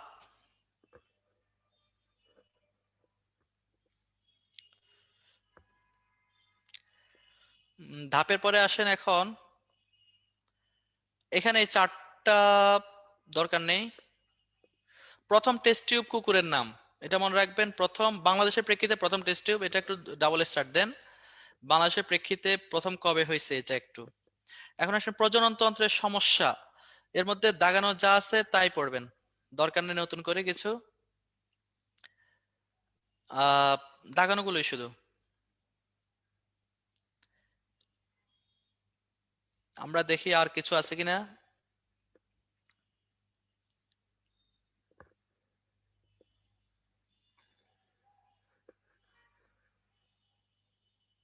আচ্ছা, সেফ পিরিয়ড বুঝাই দিব, ঠিক আছে? সেফ পিরিয়ড নিয়ে আপনাদের অনেক ইয়ে, মানে এখন আসেন জিনগত এবং ক্রোমোজোমগত সমস্যা, এখানে 2 স্টার দেন। 2 স্টার এখান থেকে আসতে পারে, 2 স্টার দিন।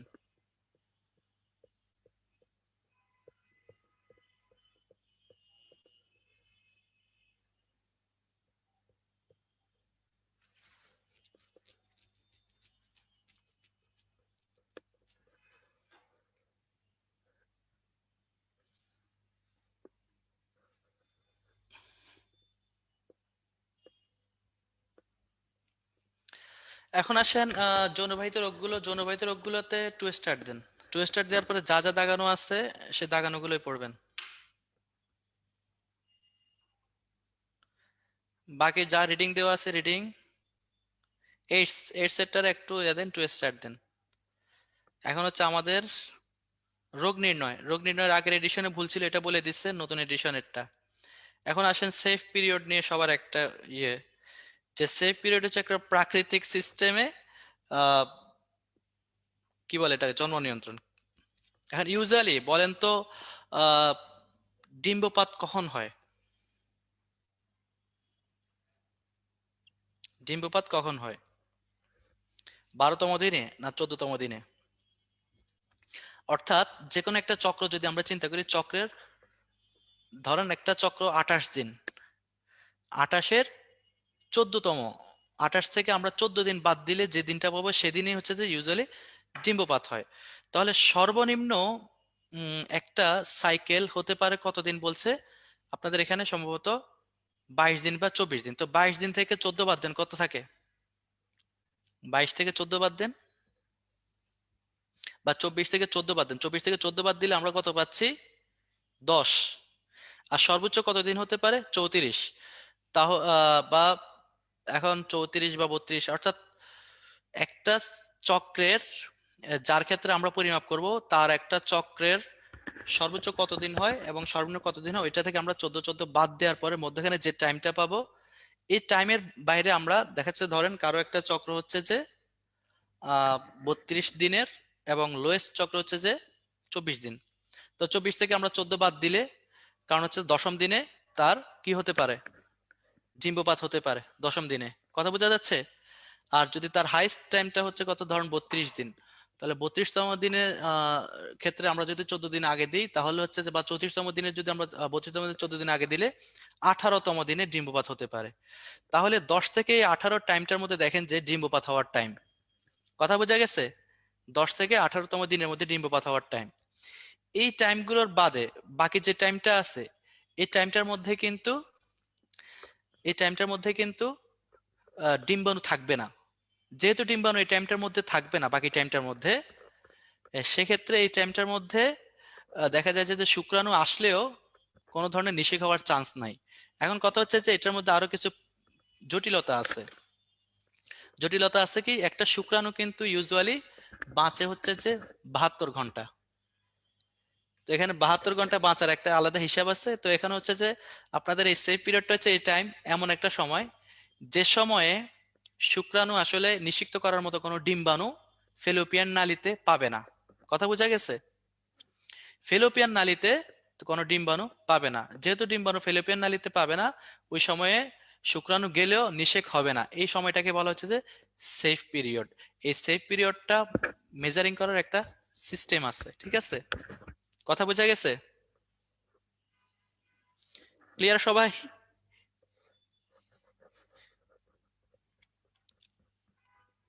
আপনি সেফ পিরিয়ড পাওয়ার দরকার নাই। আর কারো কোনো প্রশ্ন আসছে? প্রশ্ন থাকলে বলেন। যারা বুঝেন নাই তারা, যারা বুঝছে তাদের থেকে বুঝে নেবেন।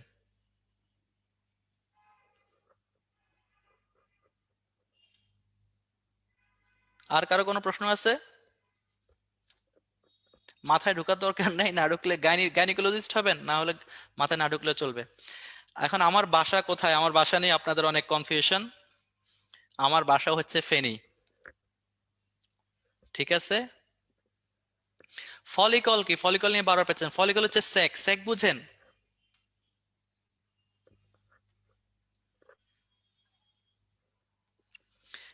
ফলিকল হচ্ছে ধরুন কোষ থেকে একটু বড় সাইজের একটু স্যাক লাইক একটা জিনিস, যেটা ডিম্বাণুর মধ্যে থাকে। সেগুলোর ভিতরে কিছু কোষ থাকে, সে কোষগুলো থেকে পরবর্তীতে ডিম্বাণু তৈরি হয়।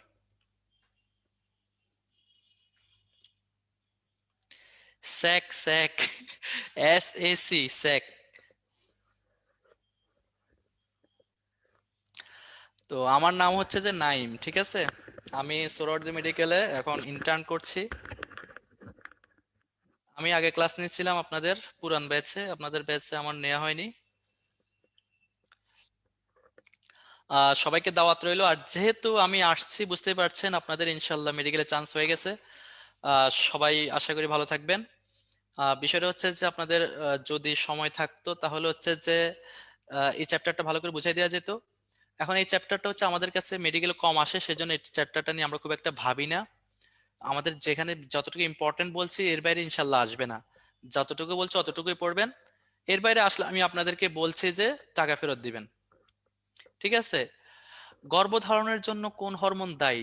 এটা কেমন ধরনের প্রশ্ন? গর্ভধারণের জন্য কোন হরমোন দায়ী, বা গর্ভধারণ পরীক্ষা করবেন কি হরমোন দিয়ে সেটা বলতে পারেন। সেটা হচ্ছে যে হিউম্যান কোরিয়নিক গনাডোট্রপিন দিয়ে, ঠিক আছে? কিন্তু গর্ভধারণের জন্য কোন হরমোন দায়ী এটা কোনো কথা না। আহ অবশ্যই গর্ভধারণে মায়ের হার্টবিট, মায়ের ব্লাড সার্কুলেশনের হিউজ পরিবর্তন ঘটবে। আর কোনো লাস্ট 2 মিনিট আপনাদেরকে টাইম দিচ্ছি। কোনো ধরনের প্রশ্ন থাকলে, কোনো কিছু যদি না বুঝেন, যদি কোনো প্রশ্ন থাকে আমাকে জাস্ট বলেন। 2 মিনিট টাইম।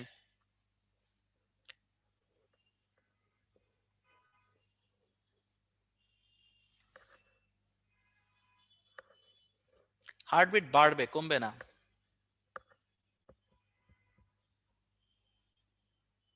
অবশ্যই নামাজ পড়বো, সবাই নামাজ পড়ে সবার জন্য দোয়া করবেন ইনশাল্লাহ। আমার জন্য দোয়া করবেন, আমার সামনে বিসিএস আছে। আর আমার ফেনীতে সবাইকে দাওয়াত, সবাই আসবেন ইনশাল্লাহ। আর সবার চান্স হয়ে গেছে ইনশাল্লাহ, দোয়া করবেন। আল্লাহ হাফেজ। আসসালামু আলাইকুম স্যার, শেষ করে দেবো?